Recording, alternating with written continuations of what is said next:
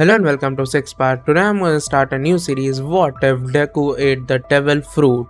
Part 1. If you enjoyed this video, please give it a big thumbs up, and to watch more videos like this, subscribe to my channel and turn that bell notification on so you never miss an upload. Now wasting no more time, let's begin. People, not everyone is born equal. Izuku Midoriya knew this, but it didn't stop him from doing what he thought was right.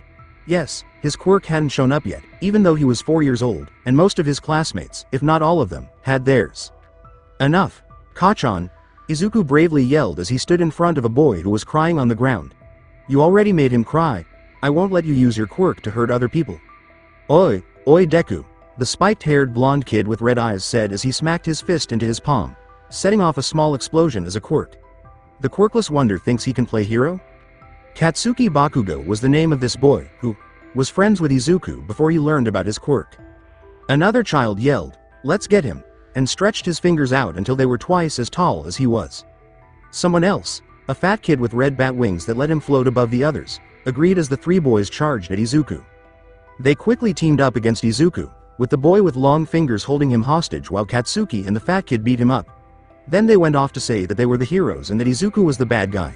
Katsuki thought that heroes always won, so that's why she called them heroes. Izuku was left on the ground, and they laughed at him and didn't care about his health. The child Izuku was trying to protect had already run off without even trying to help, so Izuku was able to crawl back up and away from the playground.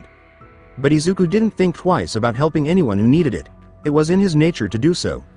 His dream was to be a hero like All Might. Izuku thought that someone was a hero if they could save other people even if it meant giving up their own life. He must have been moved by that video of All Might's debut as a hero because he watched it more than 10,000 times. He got his ideas from that. Izuku said, "Ah, that burns," as he carefully probed his wounds. As a quirk, Katsuki's sweat could release a chemical similar to nitroglycerin from his palms, which could then be lit on fire to make explosions happen when his punches hit. The fat one's punches were just weight behind them, and the last skinny one just held Izuku, so he couldn't get away or even fight back. Izuku raised his fist to the sky and said, "One day, I'll get my quirk. One day, I'll show them that I can be a hero." "You should give up. He can't get a quirk," the doctor said heartlessly as he leaned back in his chair. He wasn't even trying to be careful with his words. Izuku was so shocked that he dropped his All Might action figure as the doctor hit him over the head with the bad news. "Wah! Is there something wrong with him, doctor?" asked Inko Midoriya with a worried voice. Other children his age have already manifested their quirks, but my Izuku is the only one in his kindergarten that has yet to show. It was annoying that the doctor was being rude, but Inko put up with it for her son. The doctor started to talk about how the child should show a trait from one parent or a mix of both parents by the time he was 4 years old. There wasn't a second joint in the pinky toe of people who had quirks in the early years of the field's study. People didn't use the proximal interphalangeal joint in their pinky toe, so it wasn't very useful. This was used to show the next step in evolution. "And since Izuku has 2 joints in his pinky toe," said the doctor with a bored voice, "the chances of him developing a quirk is 0, no matter how old he is. We've had late bloomers before, but Izuku will never be one of them." Feeling sad, Inko took her child back to their apartment, not being able to handle the fact that her child's dream had been crushed. Hisashi, her husband, was often not around because he worked abroad. Izuku gave Inko a tick because her husband was never home to spend time with her. Mayashi had already left the house when Izuku was 1 year old. Izuku sat in the room without moving and quickly played the All Might debut video to try to make her son feel better. She began reading about quirks in the hopes that the doctor was wrong after making sure he was staying there. Who knew if what the doctor said was true? It wasn't always true, and the first people to use quirk may have had 2 joints. She also had to make sure her son had a future, even if he didn't have any quirks. The doctor reassured her that lots of people felt the same way about Izuku, so she would always love him. She read articles and other sources all night, and as the night went on, her hopelessness grew. What the doctor didn't say was that the 20% of people who didn't have any quirks was getting much smaller very quickly, and that 95% of those people were older. Over the years, the number of children who didn't have any quirks decreased. Now, in Izuku's generation, there are so few quirkless people his age that they could be counted on one hand and still have some left over. People who didn't have quirks also didn't live as long as people who did have quirks because bad guys thought they were easy targets. Even worse, because they were different, they were often picked on by bullies. Izuku almost passed out as she read an article that said 85% of teens who don't have any quirks end their own lives. It looked like Izuku had a very bad future ahead of him. Even though he tried to hide it, she knew that Izuku was already being picked on. He's been coming home with bruises lately, but he always said it was from playing with other kids. Even though she wasn't sure who it was, she could get a better idea because most of his wounds looked like they were from fire. Mom, Izuku said in a cold voice, just as Inko ordered Katsuden to be brought to Izuku to cheer him up. He'll save you with a smile no matter what trouble you're in. A super cool hero. That's what I want to be. Can I still be? Izuku slowly turned his chair and head toward his mom, his eyes already wet with tears and ready to burst. Izuku couldn't finish because Inko ran to her son and tried to comfort him while tears were running down her face. I'm so sorry, Inko cried out. That's not what I wanted you to say, Izuku told himself as tears filled his eyes. Mom, I need to be a hero. Because Inko had to change Izuku's quirk registry to show that he had none, word quickly spread among Izuku's friends, even though Inko begged them to keep quiet. One kindergarten teacher didn't think before telling another teacher in front of a group of kids that Izuku didn't have any quirks. Because he thought that people who didn't have any quirks were less important than others, the teacher didn't even try to fix the problem. The news got around the kids at Izuku's school, making him a loner, not because of who he was as a person, but because he was so different and weird. Now everyone had quirks, and people who didn't have them were seen as weird. Because of one teacher's careless mistake, Izuku had to go through school with a lot of trouble. The teacher never said sorry. When that kid got his quirk a few days later, he joined the group of kids who were picking on Izuku because he didn't want to be seen as one of Izuku's friends. Even worse, most of the teachers didn't pay attention to Izuku. Instead, they paid attention to Katsuki or anyone else with a strong quirk. In order to get along with Katsuki, everything she did, even bullying, was ignored. Even though they didn't mean to, people with strong quirks were more likely to become heroes, and it's in their nature to want to brag that they helped raise a hero or had one in their class. Along with Izuku, there wasn't much to gain, but some people did their best to make things fair. Izuku, on the other hand, got the least attention. Any toys he wanted to play with were given to quirky characters instead. Let's go back to second grade. Lightning struck a field of fruits one night during a storm, but nothing was hurt. Instead, one piece of fruit started to change a little until it had purple swirls all over it. It was grown, packed up, and sent to an elementary school nearby without anyone noticing. The second graders were having lunch, and Katsuki and his goons were in charge of providing the food for the day. The healthy meal included rice, pork and eggs, miso soup, milk, and a fruit called Yubari King that was grown to be small enough for a child's hands. Izuku was once again last because everyone pushed past him as the kids got their food. Izuku didn't like the second grade teacher because he wasn't very strict with rules in general. Katsuki's first grade teacher wasn't mean, so at least she didn't let her get away with things. Izuku went up to get his lunch, and Katsuki looked down at him like always. Hey there, Deku, Katsuki said in a sarcastic voice, are you still taking up space like always? Hi Kachan, Izuku stuttered as he put out his plate for the food. This is a special serving, teasingly, said Katsuki as he gave Izuku a plate of rice that had all the burnt parts on it. The rice was still edible, but it was gross to eat hardened rice instead of everything else. Izuku got the worst-looking fish, a miso soup with almost no tofu or nori, and a strange purple fruit that one of Katsuki's goons fished out. He had to take the abuse as he went down the line. Anyone who saw him getting food didn't want to be his friend because he didn't have any quirks and people were afraid of becoming Katsuki's next target. Izuku looked at the strange fruit he got and noticed all the swirls before raising his hands to tell the teacher. Sir, may I have a different fruit? Mine looks strange. The teacher didn't even look up from his book to say, just eat what you're given. I'm sure it's nothing dangerous. Before going to his hero analysis for the future notebook number 2 to write down what strange things he had seen and what the pros and cons were, Izuku frowned and ate everything but the fruit. He looked up and saw Katsuki take another piece of the fish that was left over. Hey Deku! Katsuki yelled as he slammed his hands on Izuku's desk, scaring him for a second. I saw that you haven't eaten the fruit that Nabi worked so hard to save for you. The bad guy raised his fake angry fingers and spread them out. Sorry, Izuku said, I just didn't feel like eating it today, would you like it? Katsuki took the fruit and said, fuck no, he then added, but I will be a friend, and help you learn how to enjoy this. Even though Izuku said no, he shoved the fruit into his mouth anyway. To keep from choking to death, Izuku chewed on the fruit and swallowed it before gagging. The taste was so bad that it was like he had eaten poop that had been fried in poison and stomped on by sweaty sumo wrestlers. Not that he knew what that would taste like, but it was gross. Hey Bakugo, what are you up to? The teacher said this in a bored voice while his eyes were fixed on the book he was reading. Just helping Deku out, Katsuki said as he shoved Izuku's lip shut. The teacher said, MMK, make sure you finish cleaning the trays. As soon as the teacher said that, Izuku pushed Katsuki off of him. He then grabbed his milk and drank it quickly to get rid of the awful taste on his tongue while the other kids laughed at his misfortune. As class went on for the day, Izuku thought, why me? After writing down his thoughts in his analysis notebook late that night, Izuku went to take a nice bath. Izuku thought to himself as he sank into the tub, at least we still have this. He felt calmer for some reason, like his strength was leaving him. His kept going down until it was above his chest. At home, things were getting worse. Izuku's father, Hisashi, found out that his son had no quirks and started yelling at Inko for giving birth to someone so useless. Hisashi didn't have a close relationship with Izuku because he worked overseas and rarely called home to see how his family was doing. In the end, he asked for a divorce and wanted to leave Inko and Izuku because he didn't want to have what he saw as a useless child. Inko fought back like an animal mother protecting her child. Hisashi wanted to end everything and not even pay child support. Inko said that Hisashi was never there to help raise his own son. After a year in court and a lot of fighting, the judge ruled in favor of Inko. Hisashi had been seeing someone much earlier than they were married, which caused the judge to slip up. Inko got a nice settlement that would let her and her son live comfortably for the next few years, but she knew it wouldn't last unless she did something. But Inko had been getting fatter over the months because she was stressed out and couldn't do anything to help Izuku. "URG, this isn't going well," Inko said as she looked down at her waist and saw that she was losing her hourglass shape. She knew she shouldn't eat so much, but she felt guilty for not giving her son even one of her quirks. She also felt lonely as a single mother with a child she loved very much, but she was always worried about his future. Inko frowned and grabbed her belly fat.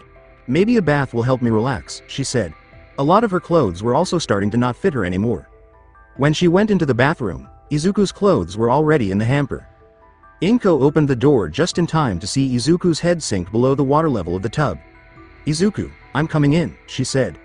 "Izuku, don't stay in there too long," Inko told Izuku as she turned on the showerhead. When Izuku didn't answer, Inko turned around and almost screamed when she saw him struggling to get up. He quickly took a deep breath of air after being lifted out of the tub out of worry. "What did you do? When did you get Izuku out of the bath?" asked Inko with worry. "I don't know," Izuku sobbed as he wiped his tears away. "I felt weak in the water and couldn't move at all. But I don't know why." Izuku felt even worse when Inko tried to comfort him. "Jack was right. I am a Deku. I have no value," Izuku screamed. "I can't even take a bath right." "There's value in you," Inko almost yelled out in despair at what her son was going through. Even though he was wet, Izuku ignored her and ran out of the bathroom to go to his room and cry. Inko grabbed his wrist to keep him from leaving and slipping on the floor. Everything changed right at this moment. Inko was still holding Izuku's wrist with both hands while he ran away. Izuku didn't notice because he was running and turned a corner on his way to his room. That's when he felt his mom's grip still on her. He turned around to try to loosen it when he saw the change. As he slowly walked back around the corner, he saw his mom staring at the arm in shock while she was still holding his wrist in a death grip. After seeing Izuku walk back in a daze, she let go, letting the arm return to its normal length as his hand flew back to Izuku, making the sound of rubber pulling back. "Ah!" Izuku screamed. "Ah!" screamed Inko. There was some back and forth screaming before Izuku passed out from screaming too much and fell to the ground. When Inko almost did the same thing, her instincts as a mother to protect her child won out.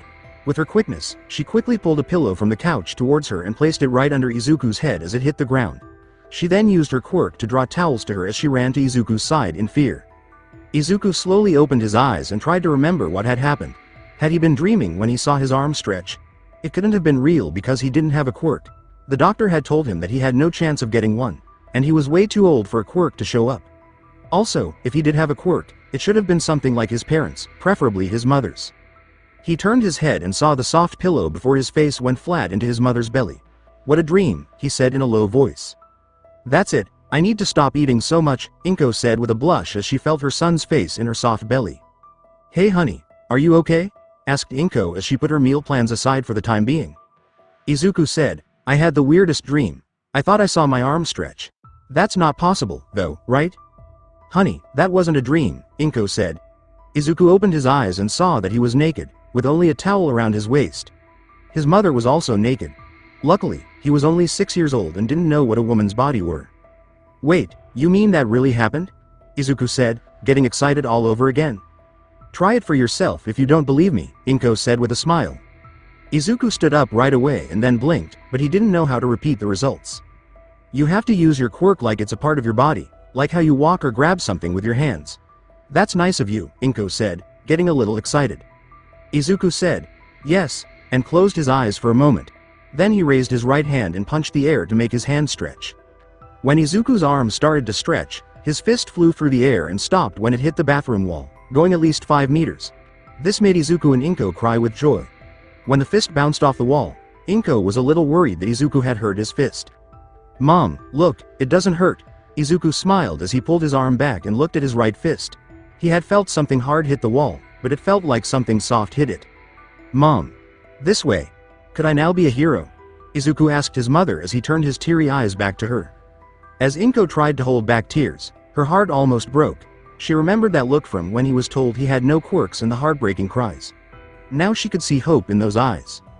"Yes, Izuku, you can be one," Inko smiled, finally telling Izuku what he had been wondering the whole time. "You could always be one. I'm sorry I didn't say it sooner." Even though they weren't wearing anything, they hugged each other. After a while, Inko looked Izuku in the eyes. "What did you mean when you said, 'You're a Deku'? Who gave you that mean name? Why is that?" Nobody," Izuku lied, which made Inko give her famous mother's glare. Izuku sank to the ground and started telling everyone everything. He talked about how Katsuki was the main bully, his nickname and how it came from his real name, and other things. "HMPH, we'll all certainly be talking with his mother about this," Inko said. "It's okay," Izuku said with a shrug. "I do not wish to cause Kachan any harm. Even with everything going on, I know he wants to be a hero. He needs to learn," Inko said in a calm voice. "Don't worry, I'm sure Mitsuki would like what her son has been doing. If you really care about him, you may need to stop some of his less desirable behavior. If you don't, it could hurt his future." Seeing how well his mother had thought things through, he could only agree. "Now then, the biggest question is how you got your quirk when the doctor said it was impossible," said Inko. Izuku began muttering quickly as he thought about what had happened since he woke up. Inko could only sigh because she had taught him this annoying habit from her. She did it all the time when she was looking over bills, ingredients, or investments. Inko decided to break this habit for both of them. "Izuku, was there something different you did today?" Inko yelled, cutting Izuku off in the middle of his thought. Before he brought up the bad fruit he ate, Izuku thought about it for a while. Inko's forehead creased as Katsuki force-fed her child something that might have been poisonous. But what made her more mad was that the teacher didn't seem to care or even look at Izuku when she complained. Part of what was funny and ironic about the story was that Katsuki was now the one who gave Izuku a quirk. As soon as Izuku was done, they both sneezed and shivered until they realized they were naked. As she hugged Izuku, Inko said, "Let's go finish that shower. That way we can find out more about your strengths and weaknesses." "All right," Izuku said with a smile. As they went back to the bathroom, Inko thought of a phrase. "Some people become great, some become great on their own, and some are made to be great." The last part of the phrase seemed to fit Izuku. Izuku and Inko started testing Izuku's new weakness and quirk. So far, they found that Izuku was fine with running water, which meant that showers and being hit by waves were safe for him. Standing water, like the bath, pool, or ocean, was dangerous for him. They didn't understand why his strength would go down, but they did it anyway. After a lot of testing, they found that Izuku could get out of the tub as long as the water level didn't go above his waist, but he lost a lot of strength when he was in it. The deeper he was, the more he lost while standing or sitting. Swimming was not an option. As for his abilities, they found that not only could his arms stretch, but his whole body could do the same thing. These were just preliminary observations, though, because they were going to see a quirk specialist for a more in-depth look, though it wasn't the same doctor as before. That's when Izuku asked if he could start martial arts classes, because he thought that learning how to fight with his new abilities would make him stronger. She agreed because she thought it would help his son learn how to defend himself. On Sunday, she took Izuku to a well-known gym that was said to teach up-and-coming heroes how to fight. Yoroi, one of the most popular heroes right now, was said to have come from this program. That's where they saw the prejudice against people who don't have any quirks show its ugly head. "All right, so you want to join the summer program for young heroes to be, right?" the male registrant asked, looking at Inko and Izuku. They nodded and said, "Okay, can I get your name and date of birth?" As soon as he was told, he checked the National Quirk database and found Izuku's file to see that he was currently quirkless. "I'm sorry, but our summer program is full," said the registrant. "You can try earlier next time next year, or find another place that offers a program similar to ours." The two of them frowned and were about to leave when Izuku said he had to go to the bathroom. Inko waited at a table while Izuku went, and then a couple with a child came in. The mother patted her child on the head and told the person making the sign-ups, "We want to sign our child up for the Young Heroes summer program." "Well, we'd love to teach a boy with a quirk like that." The person who filled out the form smiled and said, A rock fist trade would get him far in the hero life. A lot of people still want to join the summer program, which is great. You made the right choice by getting here early to sign up. While her temper was rising, Inko's jaw dropped. She patiently waited until the parents took the child away and stomped up to the registrant. "What the heck was that?" demanded Inko of the surprised and slightly sweating person who was signing up. "Oh, you're still here," the caller said tensely. "You just told me there was no more room," Inko growled, and a picture of a furious lioness began to grow behind her. "Then why did that child just get in?" "Oh, my bad," the upset registrant said. "I pulled up the wrong program for you. Sign this to join the program. Since you were sorry, I'll waive the fee, which was 5,000 yen per month. It will now be 3,000 yen. It was about to be signed when Inko noticed that the top part had been covertly taken off. She took it off and saw that it was an offer to sign up for an aerobics class for seniors for only 1,000 yen a month. "Don't try to jip me," growled Inko as she pushed the registrant's face with the contract and pen. "What's going on?" asked a manager who came to look into it. The manager talked with the registrant for a short time and then pulled Inko to the side to talk. "What's going on?" she hissed at Inko. "I wanted to sign up my son for your program, but he..." The manager spoke up and said, "You have to look at it from our point of view. We are teaching future heroes at a rather discounted price. They learn how to use their quirks when they fight from us. The tools we have aren't as good as those at schools like UA. All of this costs a lot of money. So we need to be a little picky about who can join. Additionally, if any of our students go on to become famous heroes, our gym will get more attention and money because of them. It's great that your son wants to be a hero, but you can't let him daydream or go after dreams that aren't possible," he said after taking a deep breath. "He doesn't have any quirks, so he'll never be a hero. That would be a waste of yen for both of us." Izuku's quirk status needed to be updated, but Inko forgot to take him to the nearest government office. This was a good thing, though, because she realized that this place didn't have the empathy that heroes need to learn. All they cared about was making money off of someone's name. She didn't want her son to become like Captain Celebrity, a new hero who came from the US. That hero let fame get the best of him while he was there. Still, the fact that the manager was making fun of her son made Inko want to show him that he was wrong and that her son did have a quirk and could be a hero. But she kept her cool, pushed the manager away, and took her son with her as soon as he came out of the bathroom. They could go somewhere else. "Mom?" to a tired Inko, Izuku asked, "Is there no opening? I could try again next year. If money is tight, I can train alone with Kachan instead." No, just, yay, I got a good teacher. Your mom wants that," Inko said as she sat down on a bench. They had gone to a lot of dojos and gyms that offered hero training and advice, but all of them were biased. Some were straightforward about telling Inko the truth, while others were even less direct. One tried to get more yen for Izuku to come, and he even made some funny moves as if he was trying to seduce her. She sent that person flying with a hard slap and a mug to the crotch, using her quirk to bring the mug to her before throwing it. She didn't want Izuku to pick up Katsuki's lack of a filter from his mouth either, but she didn't think Izuku would. At this point, it would be better to just sign Izuku up for a regular martial arts dojo that didn't judge based on quirks. A flyer flew right past them as she was making her choice. Izuku saw something about the fight and stretched out his arm to try to grab it out of the air with his new quirk. He missed it because he wasn't used to it yet, but Inko knew what he was trying to do and used her quirk to draw the flyer to her. They both looked at it and saw that it was an ad for a dojo where they could learn Chinese kung fu and build character. They had never heard of it before. The dojo wasn't too far away, so Izuku could run there after school, but it was in an empty area. When Izuku shook his head, Inko was about to throw it away. Izuku said, "Something tells me this is the place." "Okay, last one," Inko huffed as she stood back up. "I haven't worked out this much in a long time." It wasn't until they got there that they saw a small group of people already gathered around the door of a dojo. They joined the group and stood next to a couple and their orange-haired daughter. "My name is Itsuka. Izuku Kendo," the girl said as soon as he stood next to them. Izuku stuttered, "I am Izuku Midoriya," while hearing in his head that he was talking to a girl. "Are you here to learn how to fight too? This is where my dad suggested we go because he knows the master is someone who can kick butt." Itsuka started to act out kung fu moves, which made Izuku laugh and join in. Inko smiled at the thought of making a new friend and started to talk to Itsuka's parents. "So, what's your weirdness?" Interested, Itsuka asked. "Mine's big fist. My hands can get bigger." Izuku was about to answer when they were interrupted by a voice. "Hi, my name is Deku. What are you doing here, you useless person? Want to learn how to fight so that you can be useful? You should already know that you'll never be successful." When Izuku and Itsuka turned around, they saw that it was the fat child with wings who used to pick on Izuku. This time, though, he was much wider than usual, and it looked like his wings were barely holding him up. Zashi, that's not nice, his mother said, her eyes as wide as his. But it's true, Zashi said. He wants to be a hero even though he doesn't have any quirks.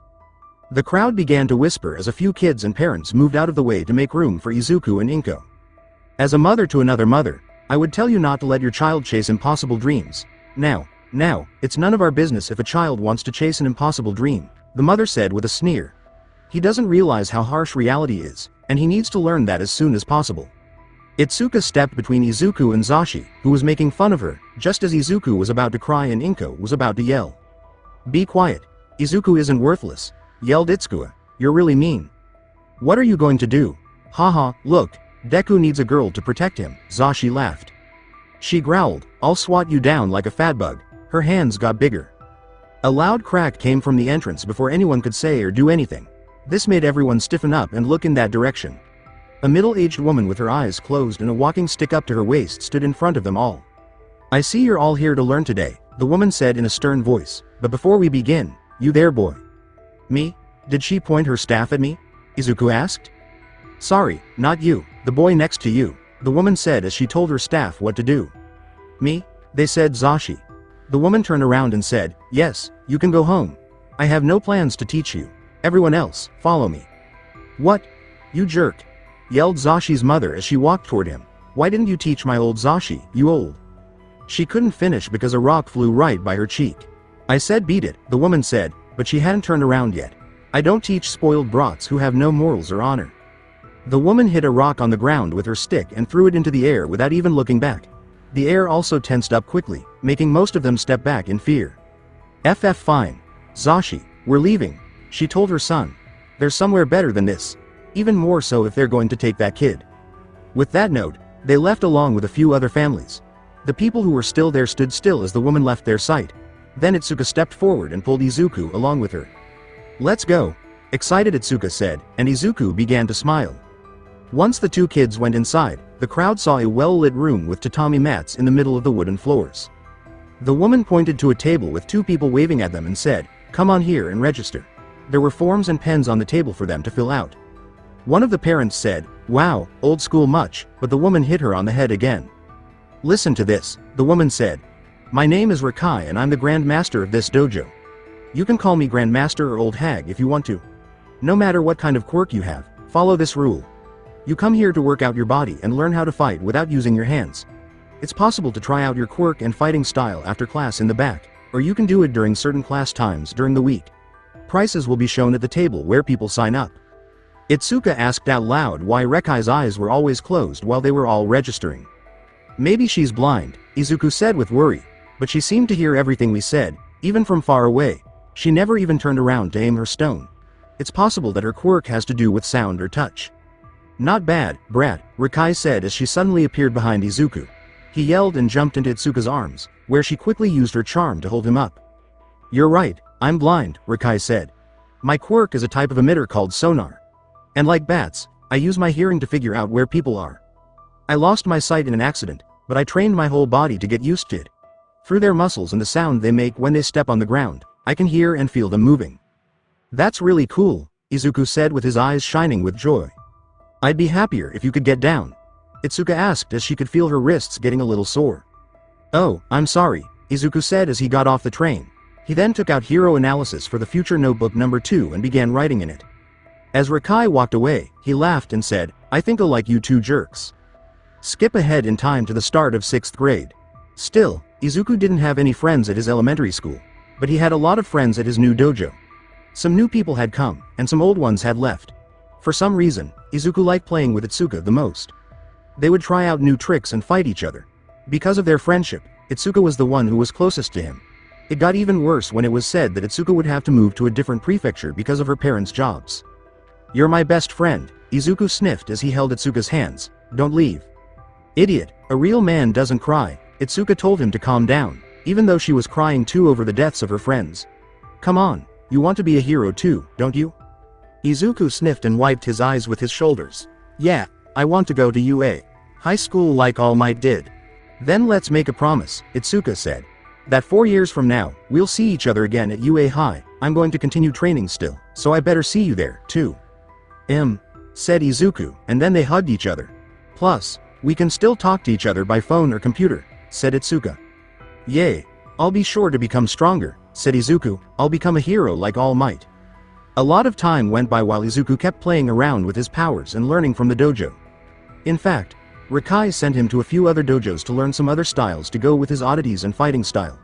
But Rekai's kung fu style would always be his base. He learned that his whole body seemed to be made of rubber through a lot of tests, scans, and other sources. It didn't affect his senses, though. He was mostly safe from blunt attacks, and when Inko insisted on testing it, he was also mostly safe from bullets. He learned at a quirk hospital that round bullets couldn't go through his skin and would bounce back to where they came from. The doctors thought that modern bullets, which are usually made to pierce, would not hit him but instead would go through him. He might be able to bounce back up to a 0.2 caliber bullet at most. It was possible to use a shotgun pellet, but no one really wanted to try that. Izuku was sent home for a month for even thinking about taking that test. Izuku had also changed over the years. He was no longer the shy student who stuttered. Now he was someone who would stand up for hurt people. At least some of them were Katsuki's victims until Izuku stepped in. Izuku stood there and took the hits until the bullies were worn out, even though he had a quirk that let him fight back. There were strict rules about how to use quirks, and even though the Katsuki would boost his punches with a blast, Izuku didn't move or use his quirk to block them. His passive quirk ability was the only thing that really hurt him, and it was his quirk that caused the minor burns. Many of the kids in Izuku's middle school thought he didn't have a quirk or that if he did, it wasn't very useful. Katsuki was often let go with just a light slap on the wrist even when he was caught. Too many students and teachers praised Katsuki and his cool quirk, even though they knew he would become a hero. Even though Katsuki was rude and mean, she had instincts and reflexes that were beyond human level, and she was also very good at fighting. He took a few fighting classes here and there, but he learned most of what he knew on his own. Besides that, he tied for first place in schoolwork at Aldera Junior School. Because of all of this, his teachers would let him off easy because they thought he would make the school famous and valuable. Izuku didn't mind that he didn't have any real friends at middle school. All of his friends, the Grandmaster Reika, and Itsuka through text messages and emails were at the dojo. His desire to show Katsuki that he wasn't useless stopped, because Katsuki wasn't someone to prove anything to. After giving up calling him Kachan, he only called him by his last name Bakugo when he had to, which wasn't often in class but a lot of the time when he had to defend someone else. Katsuki still called him Deku, though. The teacher at Aldera Junior School told his third-year students, "Okay, guys, you're all third years now. It's time to really think about your future." While saying, I would start handing out these career forms, but he dropped the forms on his desk and hit the top of the stack to make his point clear. "I assume you all want to become heroes," he said as he threw the papers into the air with a flourish. His serious face turned into a dreamy smile. Only 2 students didn't answer with a shout, but everyone else did, showing off their quirks, some of which were not so secret. The teacher was nice, but then she got serious. Yes, you all have great quirks. But don't forget, it is against the rules to use them in school." Katsuki laughed to make fun of the teacher and said, "Ha, teacher, don't put me with these losers." He put his feet on his desk. His quirk was one of only 2 that he didn't show off. As if any of them are within my league with their shitty quirks. When the students started to complain about Katsuki, he told them that they were all extras and that they should be quiet like one. "Ah, yes, Bakugo. If I remember right, you're applying to UA High School, right?" the teacher asked as he looked down at his desk. The students began to talk about how shocked and impressed they were by the news. That high school? I heard the cutoff score for this year was 79. Their acceptance rates are very low. The cutoff score is always getting higher and higher. Not only is it the top national school, but I heard their entrance examination is so harsh that a lot of applicants were injured. Katsuki smiled and jumped from his chair to his desk all at once. "That's why all you chatterboxes are just extras," he said. "I aced the mock exam with the highest score in this school. I'm the only one who has what it takes to get into UA. I'll beat All Might as the best hero and become the richest person in the world." The teacher said, "Oh, now that I think about it, Midoriya is also applying to UA," after Katsuki's speech and mean mood.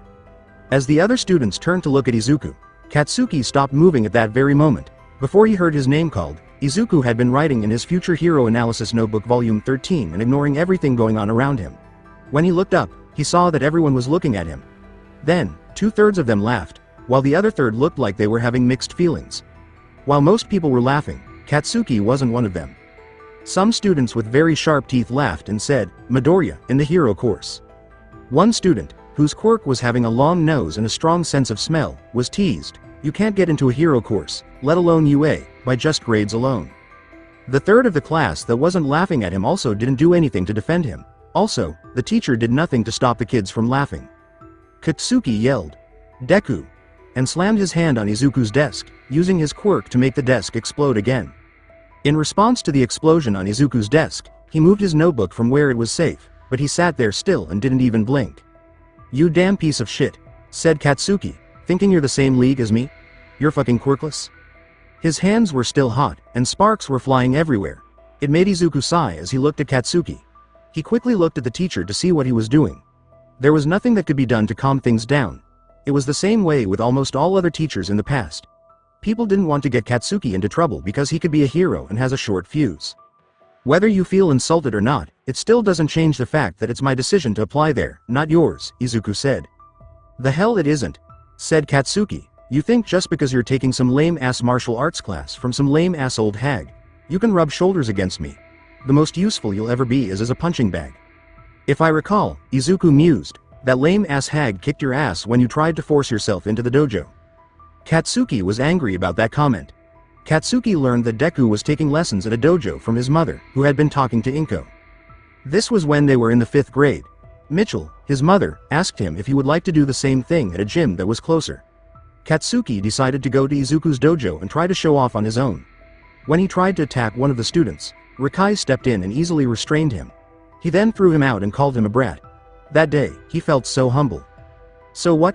Katsuki laughed, quickly getting over the flashback. "You still got nothing, shitstain." Izuku stood up and looked Katsuki in the eye. Izuku had been training at the dojo for years, which gave him a slim but muscular body that was perfect for the way he fought. At that moment, no one could tell because he was in his uniform. Even so, his training made him tall enough to look Katsuki in the eyes. "I don't care what you think, nor will I cater to your ego," said Izuku. "Don't forget, I also aced the mock exam and tied with me for first place." The bell that meant homeroom was over made Katsuki's hands smoke again, and he growled. The teacher calmed the students down by saying, Now, get to your seats. Your next teacher will be here soon." "This isn't over yet, Deku," Katsuki growled as he sat down. "Nice talking to you too, Bakugo," Izuku said as he sat down. "Theft. Someone stop him," yelled the store owner as a sludge-like humanoid with jeans and stacks of bills stuck to his body ran out of the convenience store. As the bad guy from Sludge pushed down a woman who had used her quirk to protect herself, he laughed and said, "Catch me if you can." His arm hit a pole and went right through it without getting in the way. Is there no hero nearby? The guy's taking advantage of the chaos this morning, where most of them are busy dealing with other things. There are just so many people who just abuse their quirks or don't know what to do with them beside crime. A skinny man wearing pants and a white shirt that was way too big on him came out of a grocery store coughing and carrying 2 soda bottles. He then turned around to see what was going on. He was so thin that he almost looked like a skeleton. There was no fat or muscle on him, just skin. People in the crowd sighed. They never seem to end, do they? The skinny man all of a sudden started to change. He got taller and stronger, and his clothes started to fit him very tightly, showing off all of his muscles. "There is an end," the figure said with a smile as he moved forward. People turned around and gasped. "Why?" "Because I am here." The bad guy looked around at all the noise and gasped in fear, while the people started to love the figure. "Holy crap, it's A." Izuku thought to himself after class, looks like the incident this morning has been cleared up. I should go home and finish my analysis for the day and put them in order." He put his notebook in his backpack and was about to leave when he heard a voice. "Hey Deku. We ain't done here yet." Izuku sighed as he turned around and saw Katsuki with his 2 servants. The other students were standing around, looking at them with interest. The tired Izuku asked, "What do you want, Bakugo?" "Easy, I'm going to make this simple," said Katsuki. "You see, the best heroes out there, they showed signs of greatness even as students. They got stories all the way from their years as kids. Me, I'm going to be the first and only one to get into UA from this shitty public middle school. I guess you could call me a perfectionist." As many students watched this, they thought, so vain, but they didn't say it out loud. As Bakugo smiled and put his hand on Izuku's shoulders, the smoke began to rise. "Don't even think about applying to UA, not to the hero courses. Not even to the general, support, or business. Don't even think about going there." Izuku took a quick look at the hand that was smoking and then turned his dull gaze back to Katsuki. Without giving Katsuki a chance to react, Izuku grabbed him by the wrist, pulled his hand out of his shoulder, and quickly put him in an arm lock. Izuku let go of Katsuki before he could react to the shock. He then gave him a waist bump, which sent him to the ground. "You've had your word, now here's mine now," Bakugo, said Izuku as he looked at Katsuki, looking stunned. It's been my dream to attend UA. I've made a promise to a friend to get into UA. I'm not about to break both of them just for your selfish needs. Me getting into UA won't hinder you getting in. If you're done spouting, I'm going. That's when Izuku began to walk toward the door. It was Katsuki who quickly stood up and yelled, "You'll never get in, Deku. You're just a quirkless nobody." At Katsuki, Izuku looked back at her for a second and said, "You believe what you want to assume." Katsuki yelled, "What does that mean?" But Izuku had already left. Izuku walked home alone and thought about what he was going to do for the next 10 months. He would have to train harder if he wanted to make it into UA, and he would have to do more sparring, even if it meant begging Rikai to fight him. He felt cold for a moment when he thought about that, but then he kept his mind on training. All of a sudden, his phone rang. He quickly picked it up and saw that Itsuka had a message. "Just 10 more months. You better make it into UA, Itsuka." Izuku smiled and sent her a text message back. As he went through a tunnel at this point, the Sludge bad guy crept through the manhole cover and gathered behind Izuku. The Sludge villain said, "A medium-sized invisibility cloak to capture," and then he jumped at Izuku, who had turned around after hearing the sound of sludge seeping through the manhole cover. He grabbed Izuku. Izuku threw his arm back right away, stretched out, grabbed a pole, and let it pull him away. Also, he did it just in time because the bad guy missed and almost grabbed his legs to stop him from running away. Now, kid, I'm only trying to take over your body," said the Sludge bad guy. "I promise, after 45 seconds, you won't even feel a thing." The eyes of Izuku got narrow as he started to think about his opponent. He had 2 yellow eyes that were badly shaped and were very big. His mouth was wide and full of sharp teeth. The other person looked like they were made of some kind of fluid, so he couldn't use physical force on them. "I can't mess around. I need to get strong enough to beat him, or to hold hostage." The bad guy thought this before sending out many tentacles to grab Izuku. If Izuku wasn't made of rubber now, the cuts and movements he made would have torn someone's ligaments or muscles in the ankle if he did them over and over again. He glared at the tentacles for a second before dodging them. After a few dodges, not even someone who worked out their ankles could move. "I'm so glad Rikai taught me this footwork," Izuku thought as he continued to dodge. He then started to think about how to beat the bad guy. All Might, Toshinori Yagi's superhero name, punched the manhole cover out of the way and then climbed out of the sewers to chase the Sludge bad guy while carrying his groceries. He opened his eyes and saw a person not much older than 15 dodging the slick bad guy that he had almost missed. All Might whistled in his head, "Wow, those are some moves." Such moves would confuse many opponents. He saw Izuku slip out of another attack, land on his hands, and then spin his body around with a flick of his wrist to avoid another attack. When All Might realized he had to get out of his trance quickly, he slapped himself. He had a job to do and time was running out. "Damn, this jerk is slippery. His movements are so strange, it's like catching a ghost," thought the Sludge bad guy. The Sludge bad guy yelled, "How about an all-out attack?" as he fired many tentacles at Izuku, surrounding him. "You shall not do so," All Might yelled, letting everyone know he was there. Izuku stopped to admire his favorite hero, and the Sludge bad guy stopped in fear and shock. "Why? Because I am here." The bad guy from Sludge yelled, "Shit," and swung a bigger tentacle in the shape of a hand at All Might. All Might dodged the attack with ease and cocked his right arm back. Texas. Smash. All Might threw a right straight from far away that was so strong that the wind pressure from the punch threw the Sludge villain flying and broke him up into small pieces that were easy to handle. Izuku was able to protect himself from the strong winds by holding onto a pole. That is, until he realized that All Might had planned ahead and aimed the attack so it wouldn't hurt him as much. And Izuku was amazed as All Might took out the soda bottles from the grocery bag he was carrying and put the main body of the Sludge bad guy into it. It wasn't hard to tell because the eyes and mouth were already there. All Might asked Izuku, "Are you okay?" And he woke up from his trance. "Yay," Izuku said with joy, "Oh my gosh, you're All Might. I'm a huge fan of yours. I want to be a hero just like you. You came in time again, just like you always do. Can I have your autograph?"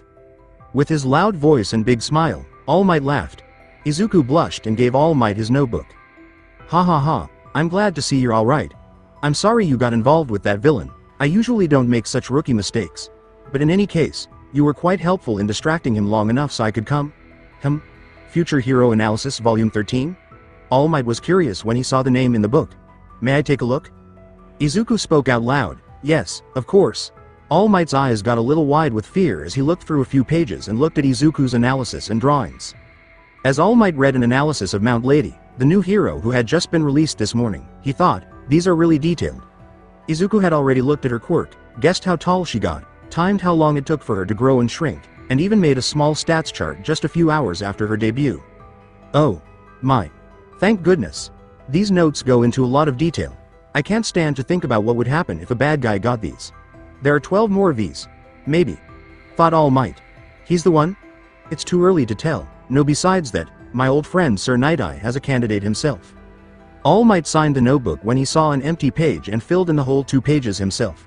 He gave it back to Izuku and took a moment to remember the boy's name. It made him think that this boy would be a hero if he worked so hard at school. Thank you very much. Izuku gushed and quickly bowed to All Might. Then I have to report this bad guy to the police, All Might said in a loud voice as he put the soda bottles in his pockets. Because a professional doesn't just fight enemies, they fight time itself. Thanks for your help, and goodbye. All Might then made a huge jump into the sky and was gone from Izuku's view in an instant. They didn't notice the soda bottles falling out of All Might's pockets because he was moving so quickly and was in a hurry to leave. Izuku started to mutter 1,000 words, stringing them all together as he often does. Oh my gosh, I have his signature. This'll be a family heirloom. He didn't do it very often unless he was really excited, like when he met All Might in person. Before running home, Izuku looked at his phone to see what time it was. Izuku yelled, "Mom, I'm home, I'm going to go for my run and then to the dojo," as he quickly put his backpack down and began changing clothes. "Okay, make sure you have your cell phone with you," Inko said as she looked up from her computer. She was working as a virtual assistant and a transcriptionist. Inko hasn't eaten too much out of guilt since Izuku got a quirk and joined a dojo. Some people might say she looked even more beautiful as she got older. Mitsuki, Katsuki's mother, helped her with this. Mitsuki used to be an idol until she met her husband on the job and went after him. She stopped performing when she got married. Still, she kept in touch with a number of people, and one of them was a fitness trainer. Mitsuki pushed Inko to get fit while taking care of her own body, and the two of them started going to the gym together. It made a lot of people at the gym notice that Inko was getting back to being thin. In fact, a fashion magazine publisher saw them and asked Inko and Mitsuki to be models for them. Based on the man's face, both of them could tell he had other, more sexy reasons for wanting to talk to them, so Mitsuki flatly refused while showing off her body before pulling Inko out. As if to get back at the man, they were in another fashion magazine that Masaru, Mitsuki's husband, had a connection with for one issue. There were bad relationships between their sons, but that didn't stop the moms from being friends. Izuku changed into a green workout shirt and sweatshorts and asked, "What are we having for dinner?" "What do you want?" Inko asked. "May I please have katsudon?" begged Izuku. "Please?" Izuku added when Inko raised her head to think. Inko smiled and said, "Okay, be safe on your jog now." "That'll do." "Yes," Izuku answered as he grabbed his phone, plugged in some headphones to listen to music, and got his thermos full of electrolyte-rich homemade drink for his workout. "That stupid Deku." Katsuki swore as he walked with his servants and crushed an empty soda can before throwing it in the trash. "Next time I see him, I'll kill him." "Dude, don't you think you crossed the line?" asked Nabi, the boy whose fingers were spread out as he took a cigarette from the other lackey. "Yes, weren't you friends when you were kids?" As he smoked one, the other lackey asked. Katsuki said, "It's his fault. Everything he does makes me mad. He doesn't have a quirk, but he thinks he can be a hero." "Who says he doesn't have one?" The lackey replied, "It could be very subtle. He seems to be able to handle being beat up better than anyone else." Roken hit him several times in the stomach with his rock fists, but Izuku didn't seem to mind. There should have been some bleeding from all the punches. It might be a worse version of the hero fat gum with his fat absorption. Nah, it's probably something he learned from all those so-called legit martial arts, laughed Nabi. Still doesn't change he's just a punching bag. To get rid of his anger, Katsuki kicked a bottle of liquid as hard as he could. The bottle hit the wall and then landed without the cap in a trash can. When he smelled smoke, he got mad and turned to his lackeys. "Remember what I said about smoking around me? It will look bad on my record if you get caught." His helpers didn't answer, but instead pointed behind Katsuki out of fear. "What? I'm going to turn around," Katsuki said. "An invisible cloak. With a cool quirk," yelled the bad guy from Sludge as he jumped on Katsuki. All Might did a few more jumps from roof to roof before stopping on one and sitting down. He started to cough up some blood and smoke before changing back into his skinny form, whose real name is Toshinori Yagi. "Just need a few minutes to rest," sighed Toshinori, who was now back to his normal form. He could see that his time limit for using One for All was slowly running out, and he knew he had to pass the torch soon. His injury wasn't getting better anytime soon. He had lost his stomach and lungs in the crash. Not only was he fighting time to be able to use One for All, but the longer he waited to pass the torch, the more time his enemy had to heal and try to take over Japan again. That was why he was taking a teaching job at university, UA, to prepare students and find or evaluate a successor. He quickly checked his pockets and paled when he saw that the bottles were gone. He had heard an explosion a few blocks away from where he had jumped. "Oh no," Toshinori gasped, and he ran down the stairs quickly. As Izuku jogged down the street, a light sheen of sweat ran down his forehead. He stopped to take a sip of his drink and looked around. He saw smoke clouds coming up from a few blocks away, which made him curious. He ran over to see what was going on and maybe get more information for his notes. He pulled out his cell phone to try to take some notes since he didn't have his notebook with him. As he got closer, he could see the explosions and smoke clouds getting bigger. When he finally got to his destination, he saw that it was in a shopping area and pushed through the crowd to get a better look. That's the same bad guy from the tunnel, Izuku thought to himself as he saw the Sludge bad guy. Didn't All Might catch him? How did he get away? He must be very good at sneaking away to get away from All Might. He started to look at the bad guy and the heroes who were already there. Death Arms mostly used punches and grapples, so he couldn't do anything against the Sludge bad guy because it seemed immune to those types of attacks. He also didn't have the power that All Might did to blow the Sludge bad guy away. Kamui Wood couldn't do anything against the bad guy's explosions and fire, which destroyed his wood-based quirk every time he tried. Instead, he focused on saving as many people as he could. Backdraft could have been useful, but he was more interested in rescue missions and was working hard to keep the fire from spreading at the moment. The newest hero, Mount Lady, couldn't do anything because the streets were too narrow for her to step through with her gigantification ability. Izuku quickly noted that Mount Lady couldn't change the size she grew to, so she was stuck with 2 default forms, and she began to list the bad things that could happen because of this ability. There were 2 more heroes, one with a baseball cap and the other with a plague doctor mask. Neither of them could do anything either. "Why do the heroes not do anything?" asked a regular person. "It looks like the bad guy has a schoolboy captive and is using his quirk to make explosions. The heroes can't get close because they're afraid they'll hurt the hostage," said someone else. "This needs a hero with the right quirk to handle it," yelled one of the heroes later. Izuku looked at the slime hero, who had turned around just in time for Izuku to see Katsuki Bakugo, a childhood friend of someone he really didn't like, trapped inside the villain and struggling to get out. The villain's eyes were no longer filled with pride and disdain, but with pain, fear, and desperation, begging for someone to help him. Izuku didn't plan what he was going to do next. He ran right past the police officers and heroes without giving them a thought. As Toshinori, who had been in the crowd for a while, held his hurt arm and thought to himself how useless he was, he couldn't do anything. When he saw Izuku run out, he mentally screamed in shock, wondering why such a kid was running out there. "Hey kid, come back here," Death Arms yelled, but he was too shocked to grab Izuku. "You." The Sludge villain glared at the person who had held him up long enough for All Might to arrive. Katsuki tried to get away from the bad guy, but all he could do was widen his eyes in shock. As Izuku focused on the Sludge villain, his mind was racing and adrenaline was pumping through his body. The Sludge villain sent his tentacles at Izuku, but he was able to avoid them again. His thoughts went back to some notes he had written about Kamui Wood, and he quickly kicked some rocks into the Sludge villain's eyes, then his thermostat. Because of this, the bad guy flinched, which let Katsuki breathe as the bad guy let go of him. Izuku thought to himself, "Now," as he stepped forward and threw his arms out in front of him to stretch them. Izuku's hands went right through the sludge and grabbed Katsuki by the torso. Izuku quickly stretched out his fingers to wrap them around him. These actions shocked Katsuki. Most of the heroes who saw Izuku in action thought, "What in the world?" They were already amazed by how well he could dodge. There was a lot of pulling going on as Izuku tried to get Katsuki out. "Pull, kid, pull," Death Arms yelled, waking up from his shock and running to help him. "No," yelled the bad guy from Sludge as he tried to get Katsuki to come back in. The bad guy began pulling Katsuki back in, which freed up his upper torso. "Let's go. Of me.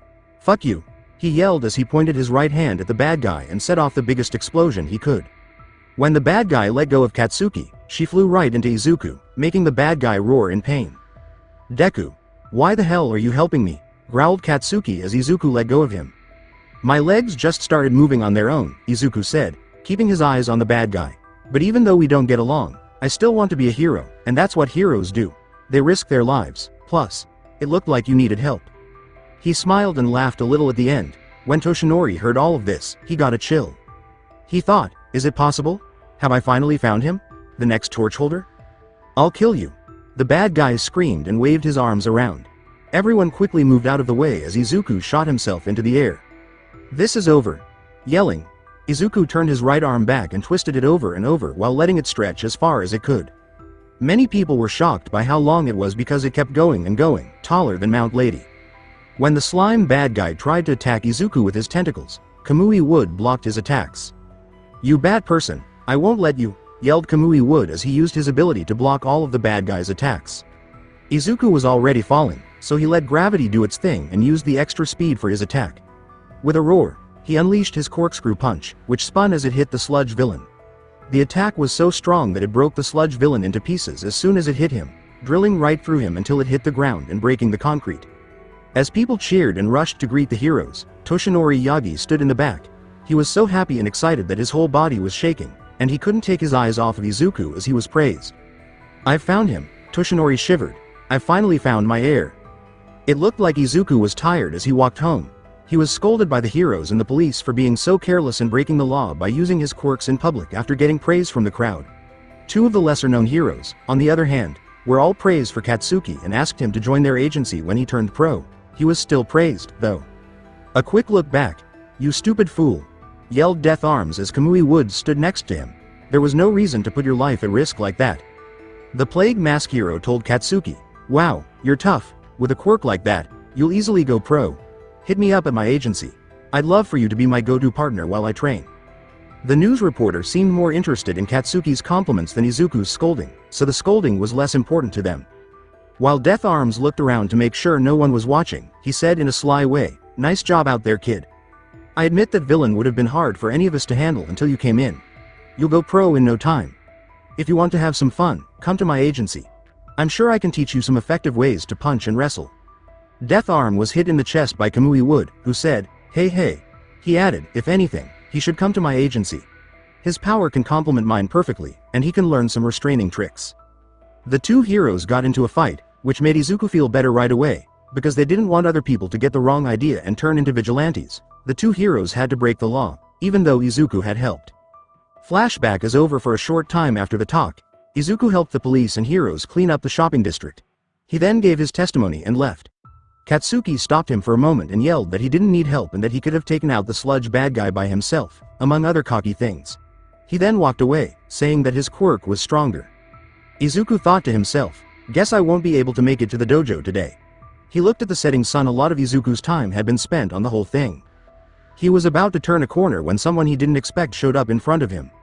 All Might yelled, "I am here," as he ran out of the corner. "All Might?" Izuku asked as he started to thin out from shock at having seen the number one hero not once, but twice. "What brings you here?" A loud laugh came from All Might, and then he said, "Actually, I wanted to talk to you, young Midoriya." "Me?" Izuku blurted out and pointed to himself. He then looked around to see if anyone else had the same last name as him. He couldn't believe All Might remembered his name, let alone knew it. "Yes, you?" All Might had a bright smile. "I have a simple question for you. Earlier, during the Sludge villain, I heard you charged out to help your friend. May I ask, why when there were professional heroes all around?" I. Izuku thought for a while before telling the truth. "I didn't really think, my legs just moved on my own to save Katsuki. As for friend, we're not really all that close. He hates me, I dislike him, etc. But when I saw his face begging for help, his usual disdain and cockiness absent, I was already moving to help him. I couldn't stand there doing nothing, and if there is anything I can do to help others, I will not hesitate to run forward." As Izuku talked about what he did, his voice got louder, which made All Might smile even bigger. "That's the one," All Might thought to himself. "Young Midoriya," said All Might. "When I saw you the first time, along with your analysis notebook, I thought to myself, this kid has what it takes to go far.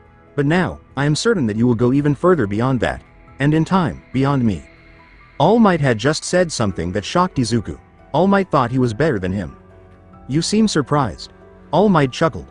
"And that's fine, for you see, you have the mindset of a hero already. Top heroes have always said that their bodies moved before they could even think. To move and think past your own safety to help others, to put your life on the line. That's why I want to help you achieve your goal. I believe you're worthy of inheriting my power, to become the symbol of peace." Izuku was clearly confused by the last sentence and asked, "Inheriting? Your power? You mean your quirk? Is that possible at all?" "That's right," replied All Might. "I'm talking about my quirk. I've always avoided such questions with a well-timed joke or zing, but the reality of it is different from what the tabloids theorized. Well, I'd talk more about it, but in short, will you be willing to train under me?" Izuku said yes right away, without any doubt. Izuku yelled as he ran home, best day ever. His mother, who had seen the news, wanted to know everything as soon as he got there. After reassuring her that he was okay, he went to his room and turned on his computer to organize the information he had gathered that day. Just then, Itsuka called him on video chat. He answered the call by putting out his arms and picking up his headset from the table while also getting his backpack. Itsuka yelled into her headset, "Izuku, you idiot." Izuku could hear her speech in her headset. Izuku tried to clear his throat and said, "Hi Ituska. I think you saw the news." In a simple tank top, Itsuka was staring at Izuku through the screen. "No, I just wanted to say that," Itsuka joked. "Of course I saw it. Stretching Boy Wonder saves the day. There was a photo and everything. You're the only one who can do those things and have green hair. Are you hurt at all?" "I'm fine, no damage," Izuku said. "I'm made of rubber. Physical blows are hard to hurt me at all." "Yay, yay, but there was a lot of fire," Itsuka replied. "Was that the exploding boy that was caught? The one you said was a major bully, the same one that tried to barge into Rekai's dojo, only to get his butt whooped?" "Yes, that's Bakugo," Izuku said. "The sludge villain got him in some way." "Can't say he didn't deserve it," said Itsuka. "So, let's change the subject. Are you preparing for UA?" "Of course," Izuku said with a smile. "I wouldn't break our promise." Itsuka was made to feel threatened when she said, "You better make it," but her smile took away the threat.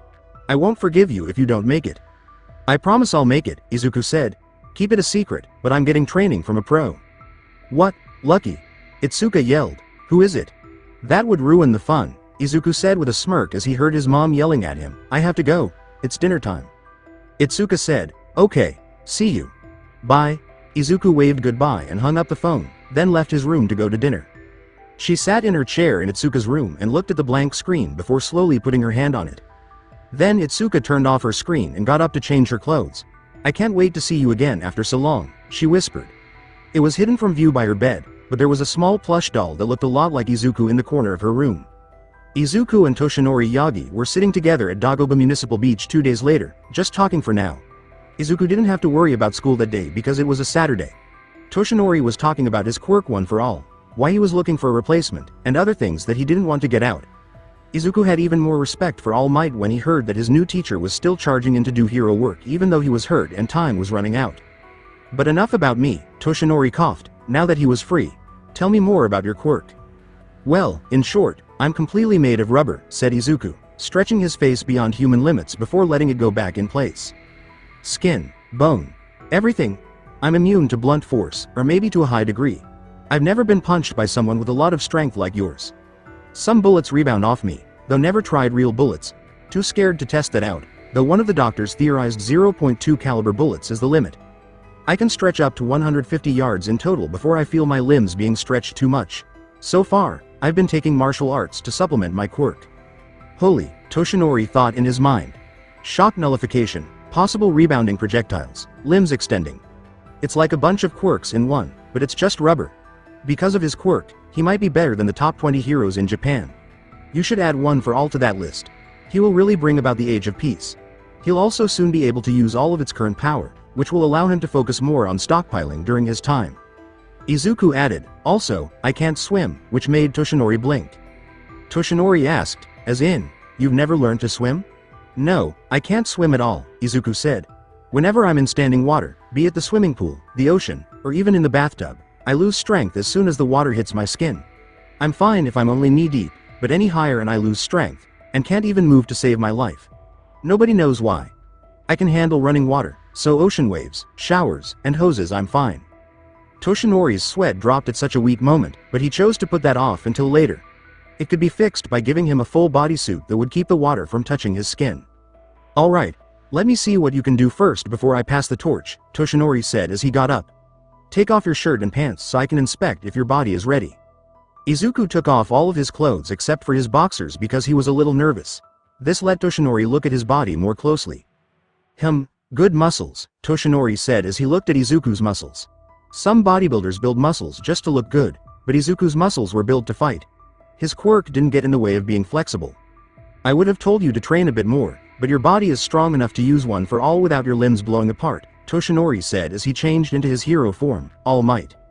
Izuku shivered and thought his limbs were going to fly off. "Guess I have Rekai's training to thank for," he said. All Might yelled as he pulled a hair out of his head. Indeed. Let's not waste any more time, young Midoriya. It's time for you to inherit one for all. Now, eat this. He presented Izuku with his hair with a flourish. Izuku blinked in surprise and then tilted his head at it. In order to inherit one for all, you must ingest the current torchholder's DNA. Hair is the least disgusting part of the human body you can digest. Don't worry, I've washed my hair before coming here, and made sure that there was nothing in my scalp, said All Might, stroking his hair to Izuku once further. That makes sense, Izuku said hesitantly as he took the hair. I think it would be easier to swallow if they pumped blood straight to my stomach. Izuku gulped down a lot of water as he ate the hair and let it wash down his throat. Excellent, All Might said. Now, it'll take a few hours for your body to metabolize the hair properly and use one for all. So let's commence with your training. For the next 10 months, you will be training not only your body but cleaning up the trash here, for you see, I did a little research around here and found out this section of the beach has been littered with trash for years. Ah, that's right, Izuku said. The ocean currents here keeps piling up trash from the sea. Because of that, it became an illegal dumping ground for other people. It's impossible to tell whose stuff is whose because of how everything piles up. Nobody really wants to deal with it. And that's why we're doing it, said All Might. Because despite all the flashy stuff heroes do, most upcoming heroes just want fame, glory, and fortune. I, however, believe that the core of all hero work is volunteer work. Do you believe in my views? If so, then let's bring this beautiful ocean view back from when it once came from. With a quick nod, Izuku agreed, and he started to stretch to get ready to work out. Brilliant, All Might said. Then let us discuss how we should plan your training schedule. They talked about their plans and ideas, and All Might did his best to make time for Izuku to go to his dojo and train there too. It impressed him that Izuku learned his footwork there. It would be a shame if Izuku stopped going there, even if it was just to train with All Might. Izuku felt something different in his body right after they were done with their plans. It was Izuku who exclaimed, I think I just finished absorbing it. All Might said, great, how do you? Izuku suddenly threw up blood, so All Might didn't end. Izuku, talk to me. All Might yelled in fear. Were you allergic to something I should have known about?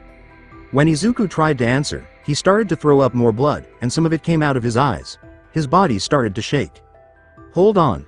He screamed as he grabbed Izuku and carried him like a bride. I'll get you help. All Might couldn't just take Izuku to the hospital down the street. One for All secret could get out to the news, along with his scars.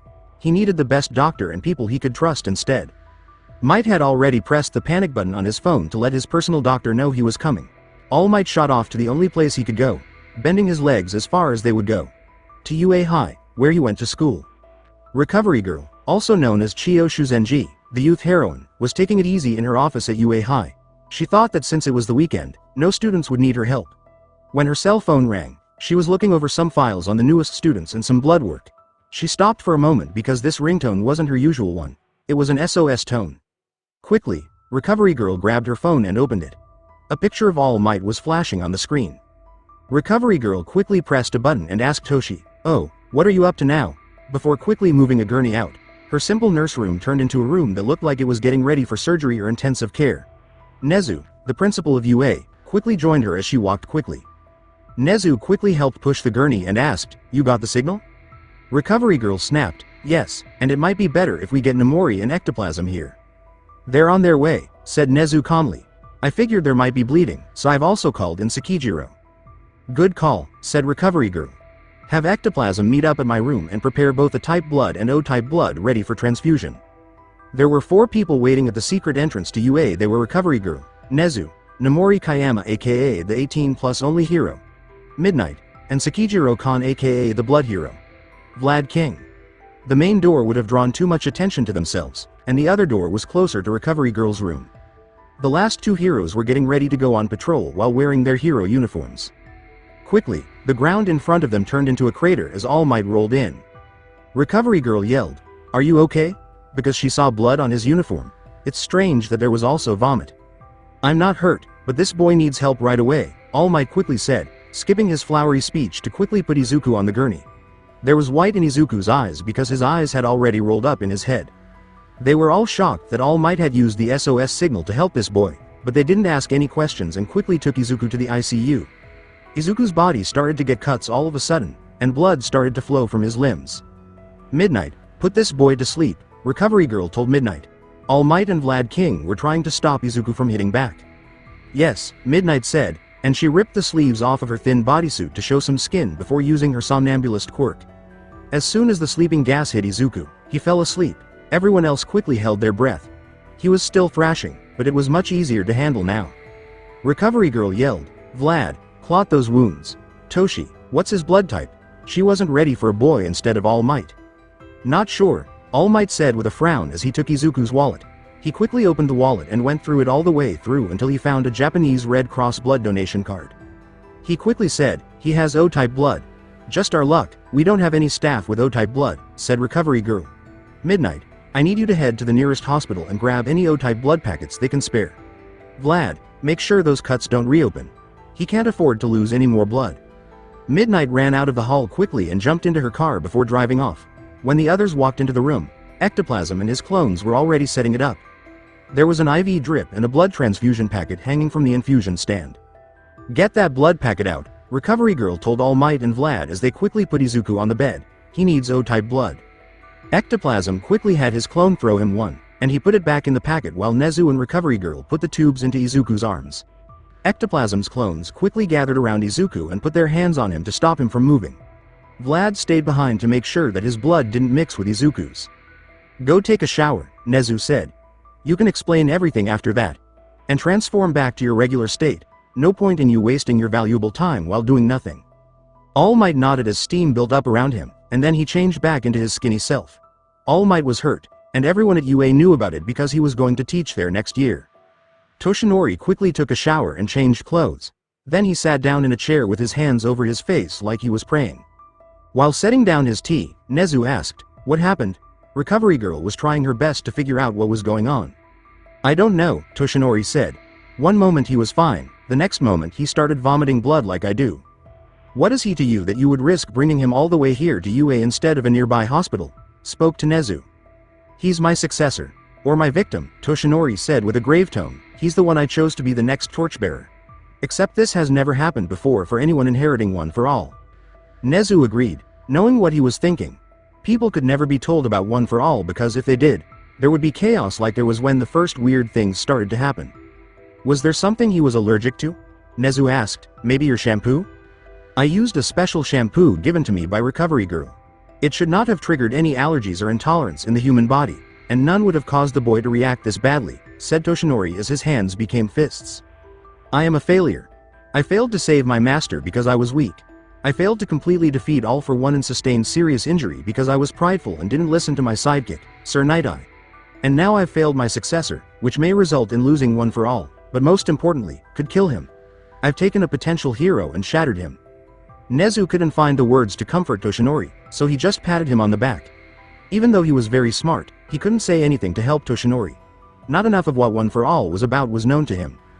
Nezu asked, "What about your other sensei, Gran Torino?" A chill went up Toshinori's spine as soon as the name was said. "He might know something you've missed." Toshinori nodded and forced himself not to be scared before calling his old master. The call went through after a few dial tones. "Toshinori-kun? You never called me until now," said an old voice. "Lack of respect. The way I see it, I teach you, and you." Toshinori spoke up. "Gran Torino-sensei, I need you at UA right now. It's about Nana." "I'll be there as soon as I can," the older voice said before the call ended. Toshinori had to wait for hours instead of minutes. Midnight had shown up with a box full of O-type blood packets. When Gran Torino got there later, they began to wonder what had happened. They had no choice but to wait from now on. "So, he's the one?" Gran Torino asked as he sipped his cold tea, not caring that it was no longer at the right temperature.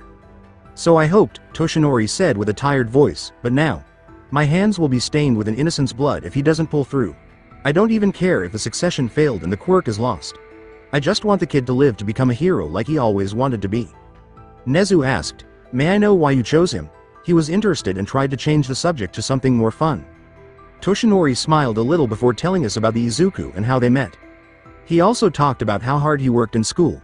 He even showed Nezu a video of Izuku saving Bakugo, even though Nezu had asked for more than one point of view.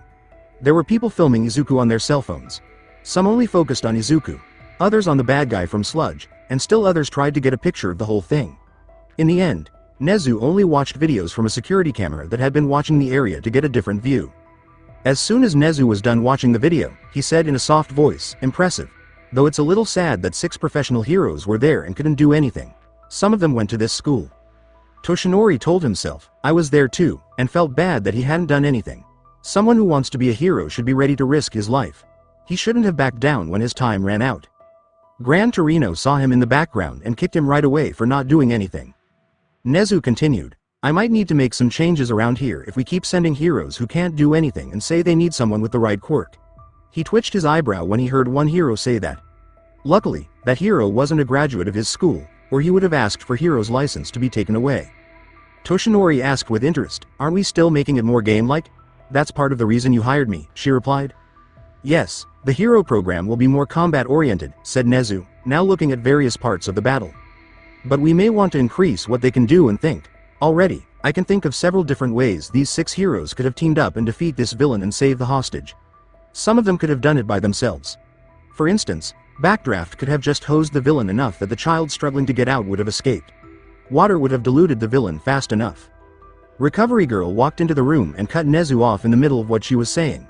The 3 men asked Izuku right away if he was okay. Recovery Girl hopped on a chair while All Might quickly made her some warm tea. He's stable for now, she said. I have ectoplasm keeping a close eye on him with his clones. He has a very interesting body. It's all rubber. Yes, I know that, Toshinori said with a nod. Even his bones and organs are made of the same thing, said Recovery Girl. I was worried how I was even going to resuscitate the patient if I can't use electricity to start up his heart. Toshinori almost yelled. It stopped. Thank goodness not, snapped Recovery Girl. But even if it had, you or Vlad would have had to do it by hand. Nezu asked, so what was the problem? That's the problem. I don't know, said Recovery Girl. Nothing in the blood work suggests any viral or bacterial infection. White blood cell count was normal. Steady pulse for now. If his status doesn't change, I may need to take him to the hospital to do a CT and an MRI scan. Toshinori said, do it. It's more important that young Midoriya is saved. After Recovery Girl heard the story about Midoriya for 2 more hours, she was ready to call and have Izuku transferred. Ectoplasm rushed into the room all of a sudden. It's the boy, he said. He's started thrashing again, and this time strong enough to take out my clones. Toshinori quickly changed into his All Might form and ran into the room. He was ready to grab Izuku and take him to the nearest hospital, even if it meant damage to the school. They stopped as soon as the door opened and saw Izuku sitting up quietly. He was saying sorry to the clones while one of them gave him a cup of water. Young Midoriya. Are you okay? All Might yelled as he ran over to check on him. Yay. What time is it and where am I? Izuku asked after taking a big drink of water. You are currently at UA High, said Nezu. As for the time, you have been unconscious for the past 7 hours. Izuku almost yelled, 7, I need to text my mom to let her know I'm okay. After a few quick texts and about 30 minutes later, because Izuku was overjoyed to be at UA, Izuku was high and saw many heroes come and go from the room to check on him. Toshinori, Nezu, Recovery Girl, and Gran Torino were the only ones in the room with him. Toshinori asked Izuku, so, do you know what happened? After he changed back into his normal self and told him that everyone in the room trusted him and knew about One for All. Yay, Izuku said. The 7 hours. I was actually in a rather interesting place. I think it was somewhere in my mind. And with those 7 hours, I learned more about how I got my quirk and the source of it, as well as a little more detail about One for All. This girl asked, why do you say that? Because I met the people who came before One for All, Izuku told Toshinori, staring him straight in the eyes. I met Nana Shimura and the other 6 users of One for All. Izuku goes back in time and tells his story. Izuku asked, where am I? Because he could only see darkness. He remembered talking to All Might, feeling something change in his body, then throwing up blood and having a lot of pain all over his body. It was all blank after that. Izuku got up in the dark and looked around to see where he was. He looked down and saw that he wasn't dressed. It was so dark that he couldn't even see his hands. You are mine and mine alone. No one else can be here, a demon's voice hissed. Then all of a sudden, Izuku felt like invisible chains were squeezing his body so hard that his skin began to bleed. He tried very hard to get away, but it didn't work. Intruders are not welcome. Get out, get out, get out, yelled the evil voice again. Someone else yelled, let the kid go. Soon, Izuku got used to the darkness. Then, he blinked when he saw 7 balls of light crashing into what looked like a devil, complete with black horns, fiery dark red wings, and a big black body with claws. It would hurt Izuku even more when the balls of light hit the devil and made the chains tighter around him. The balls of light could be heard screaming, smash. Moscow smash, Tokyo smash, Beijing smash. London smash. Paris smash. Watermelon smash. As the devil hit the balls of light with his staff, yelling, "Leave my abode." The chains around his body hurt him. "This is too much for my body to handle. Stop," Izuku thought as he felt blood running down his body. The devil and the 7 balls of light stopped moving and looked at Izuku. They saw that he was tied up and bleeding. "See? This is all your fault," yelled one of the balls of light. "You're hurting him just by being here, you devil." "I was here first," said the devil. "It is you who should leave. I have been residing here since he was 7. I have been here 7 years, and have not harmed him at all. I gave him his powers." Wait, Izuku quickly said. "You've been here for 7 years? In my body? Wait, was it when I ate that weird fruit? And that you're responsible for me having a quirk?" The balls of light sweat all fell at the same time when the devil nodded. "Wait, what? You mean you came here because the boy ate a fruit?" One of the balls of light asked. "That's crazy." "Dude, do you know that we're pretty much the same as the devil, at least in terms of hair?" asked another ball of light. "Good point. So why are you all fighting?" Izuku asked. "Not to sound selfish, but it's really hurting my body. All I remember before I came here was that I was spewing blood, and pain was everywhere." Well, he started it," said a different ball of light, this one speaking in a girl's voice. The devil fought back. "You came up to me and started yelling smash smash. I will not leave here." The balls of light and the devil got into another fight until Izuku told them to stop. "Can't you both just live together in peace?" said Izuku. "I mean, it looks like there's a lot of room here." "If they respect my stuff, then sure," said the evil one. "My kind argues with each other that we end up fighting and destroying our host body. It's kind of the same thing that was happening here." Izuku begged, "Please don't break it, I'm still using it." One of the balls of light growled, "As long as the devil doesn't take your soul when you die." "Peeved, as if that's worth anything," said the evil one. "I just get to live comfortably here instead of a fruit. When the host dies, I just move into the closest Yubari King melon I can find and wait until it's eaten." "Well, that's interesting," the light ball said. Izuku asked, "Wait, are you also the reason I can't swim?" "Ah yes, the seas despise us," said the devil. "We are the incarnation of the sea devils, so the seas themselves reject us, robbing both of us of our power." "Well, that's interesting," Izuku said, not sure what to say after learning that the devil gave him his powers. "Are there more of you?" "That's the weird thing," said the evil one. "I don't sense any of my brethren in this world.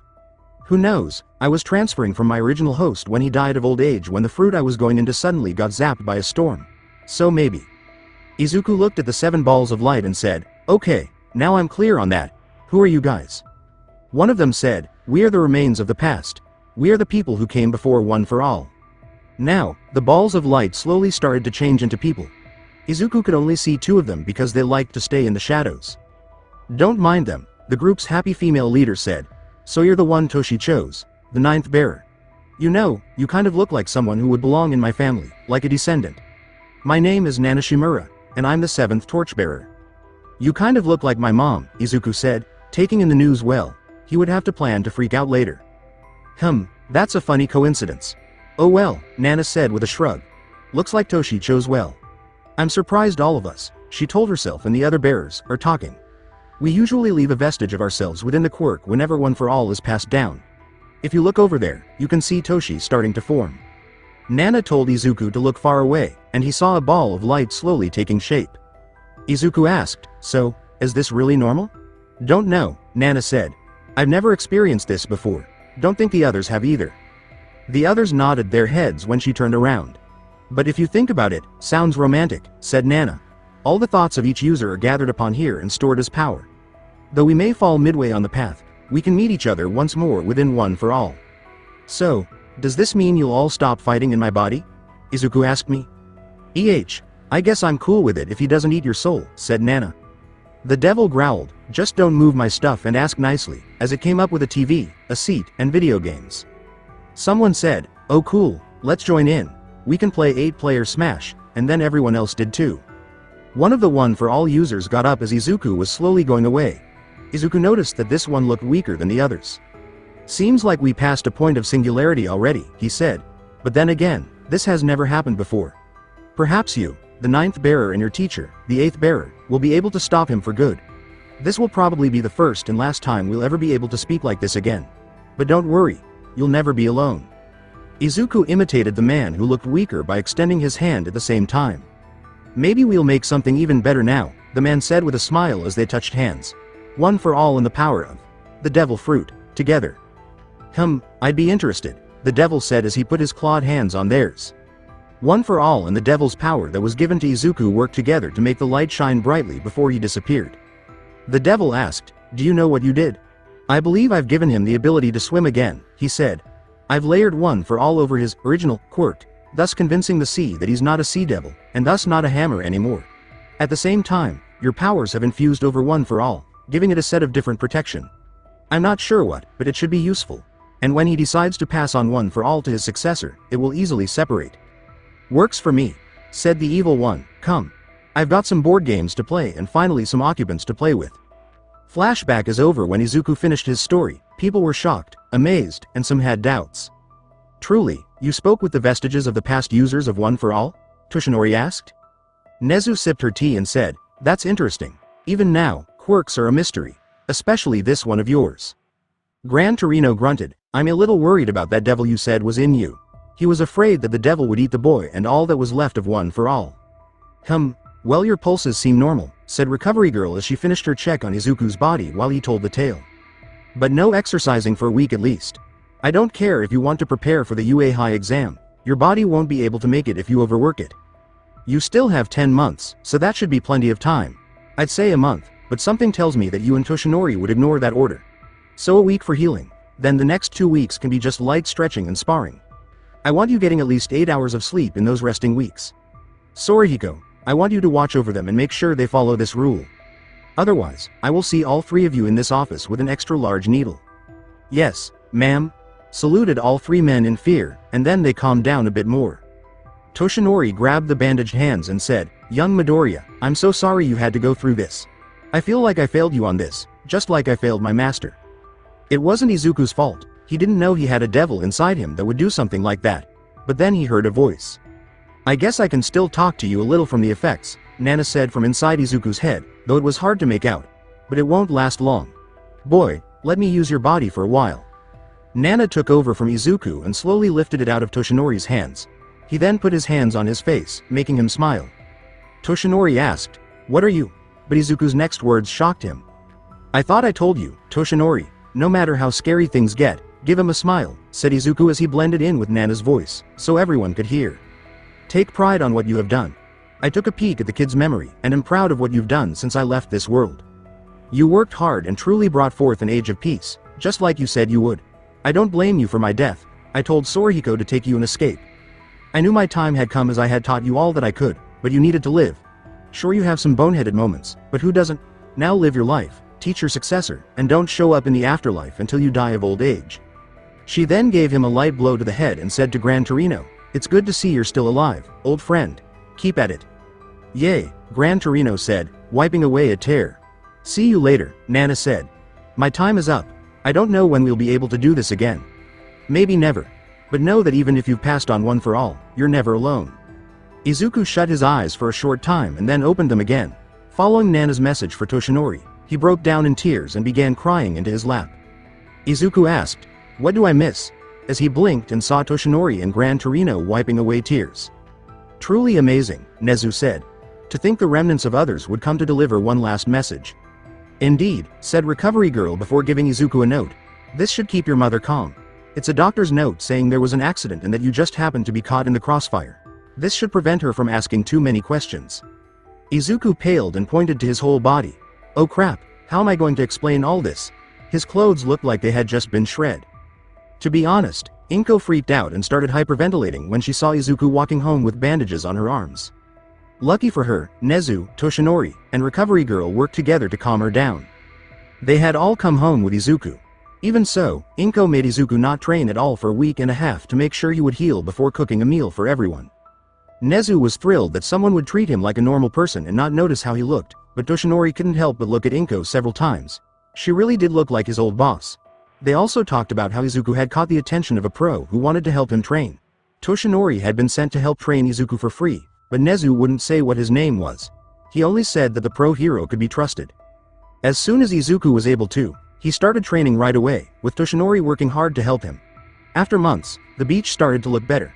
Not only did they clean up the trash and work out, but they also did other things. Toshinori would use his All Might form to fight him. They were both happy to find that Izuku could now put his head in the water without losing his strength. Even so, they spent a lot of time teaching Izuku how to swim. Still, Izuku was doing well in school and in his training. No longer did Katsuki bother him, and he chose to ignore Izuku, only borrowing notes or asking questions now and then. Katsuki didn't like Izuku, but he knew Izuku was smart, so he used that instead of letting his pride get in the way. After 9 months, All Might smiled as he looked at the spotless Dagoba Municipal Beach. The place where people used to throw their trash, which was called a junk place, was now spotless. He was so proud of Izuku because he had done more than what he had planned but really wanted. Izuku had stepped up his training to Plus Ultra, and he never complained about the extra work as All Might made it harder. When we talk about Izuku. When All Might sat on Izuku's back and laughed, "Come on, Midoriya, you're almost there," in his buff form, Izuku was carrying All Might while running with weights on his ankles and wrists. He was out of breath. Izuku refused to use One for All during muscle training, even though it would have made things easier. He wanted to build up his base strength as much as possible instead. He was worked on not only on his strengths, but also on his quirks, both on their own and with his strengths. Izuku pushed himself to the limit and was able to stretch for 200 yards. The first time he used One for All, he used 100% by accident, which shocked them because it broke his bones and tore a muscle. Recovery Girl yelled at them for 2 hours straight to be careful because of that. Over time, Izuku was able to use 100% without breaking any bones, but there were still some issues with the bounce back. Another thing Izuku did to make sure he could fight well was spar with All Might. With the natural ability of his quirk, Izuku was able to block the blows even when All Might was at full power. All Might had other plans, though. Izuku was tied up, punched back, and then slammed to the ground.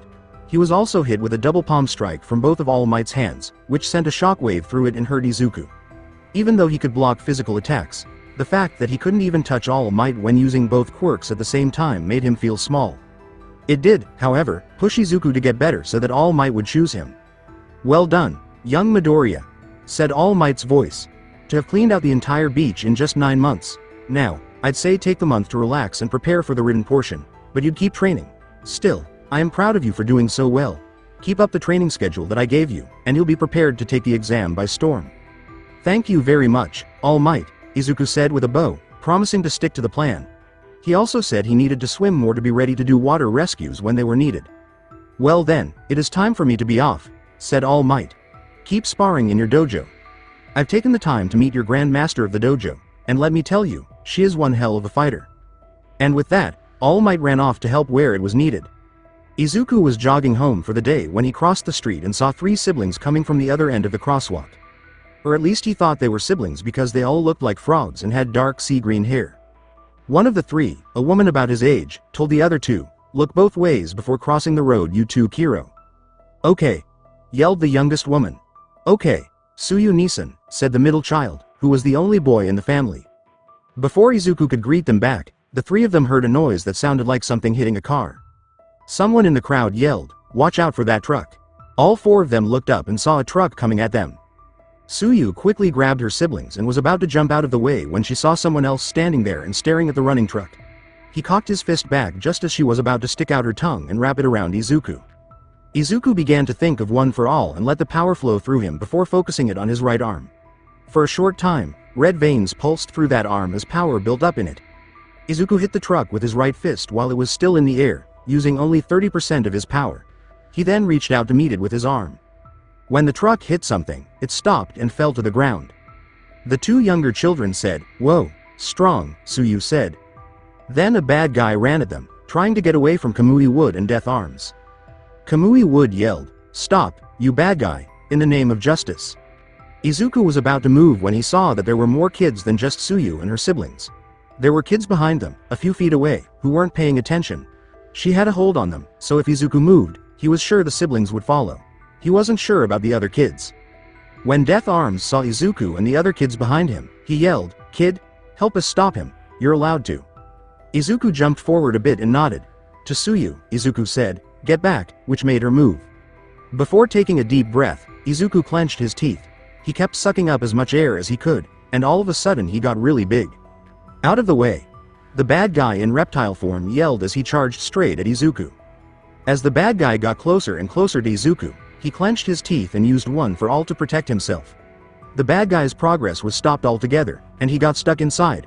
The punches and kicks he tried didn't work. Izuku squeaked, "Kamui would catch," as he pushed his hip forward and pushed the bad guy out of his gut. The bad guy was thrown into the air, and Kamui Wood had to act quickly to keep the bad guy from hitting the truck on the street. He quickly tied the bad guy up and hit him in the head to knock him out. Kamui Woods waved and said, "Thanks for the help." Death Arms laughed as he looked at Izuku's body and said, "I see that you've gotten stronger. I'm still not sure what your quirk is, though. You can stretch, expand, and deal strong blows. But don't go looking for trouble, alright?" "It's not like I'm looking for it, it just finds me," Izuku joked, which made everyone laugh a little. "Can't wait until you go pro," Death Arms said as he waved goodbye. "You better be in the heroics program at whatever school you're going to." While Izuku was getting ready to leave, he quickly turned around to avoid running into Tsuyu. Tsuyu told Kiro, "You're strong. Are you going for the heroics program?" "Yay, I'm planning to go to the examination for UA High," said Izuku. "Oh, isn't that the one you want to go to?" asked the youngest child. "Yay, she's been studying a lot for that school," he said. "So we can't keep bothering her all the time, okay? It was selfless of her to take us all the way over here to see the museum." "It's okay, Kiro. Family is important," Tsuyu told Izuku to calm him down. "Thanks for saving us all." "I'm sure you could have rescued your siblings easily," said Izuku. "I noticed you were already about to move, and even ready to rescue me even though we're strangers." To which Tsuyu replied, "Well then, I hope we meet in the UA then, Kiro. My name is Tsuyu Asui." "Izuku Midoriya," she said back as he reached out to shake her hand. Tsuyu did what he was told and noticed how tight his grip was. Izuku said, "Good luck to both of us," and then he left. The youngest child said, "He seems cool, will he be your boyfriend?" It was common for people in the Asui family to say what they really thought. Satsuki. Tsuyu almost screamed. "I wouldn't mind. He seemed pretty chill with our frog-like looks, not to mention his hair color is something you like," he said. "Not you too, Samadare," Tsuyu groaned, but she couldn't completely deny what her brother said. 3 weeks went by while Izuku eagerly marked off the days on his calendar. Toshinori used his connections to have a home gym set up at their house so Izuku could keep doing his strength training after he was done cleaning up the beach. It was changed so that it could hold more weight than Izuku normally does. To thank Toshinori, Inko kissed him on the cheek. This made him blush, and he walked away in a daze. He did something big that day. Izuku was jogging at the Dagoba Municipal Beach 5 days before the test. He felt a little better about himself because he knew he had cleaned it. This day was a little different from the norm, though. Momo Yayorozu was getting ready for UA while she hiked in Musutafu Prefecture. Hi. She was excited to be going to such a well-known school. She got in through a recommendation. She lived in Aichi Prefecture and could have gone to one of the better schools there, but she really wanted to go to UA. She did great on the written practical and was already set on going to UA. She only had to wait, but she wanted to see more of the city where she would be living. She was also done with her middle school finals because she took them early. Musutafu and Aichi prefectures are 3 hours away from each other by high-speed rail, which was the only problem. This is why her parents bought her a crazy manor to live in, to solve that problem.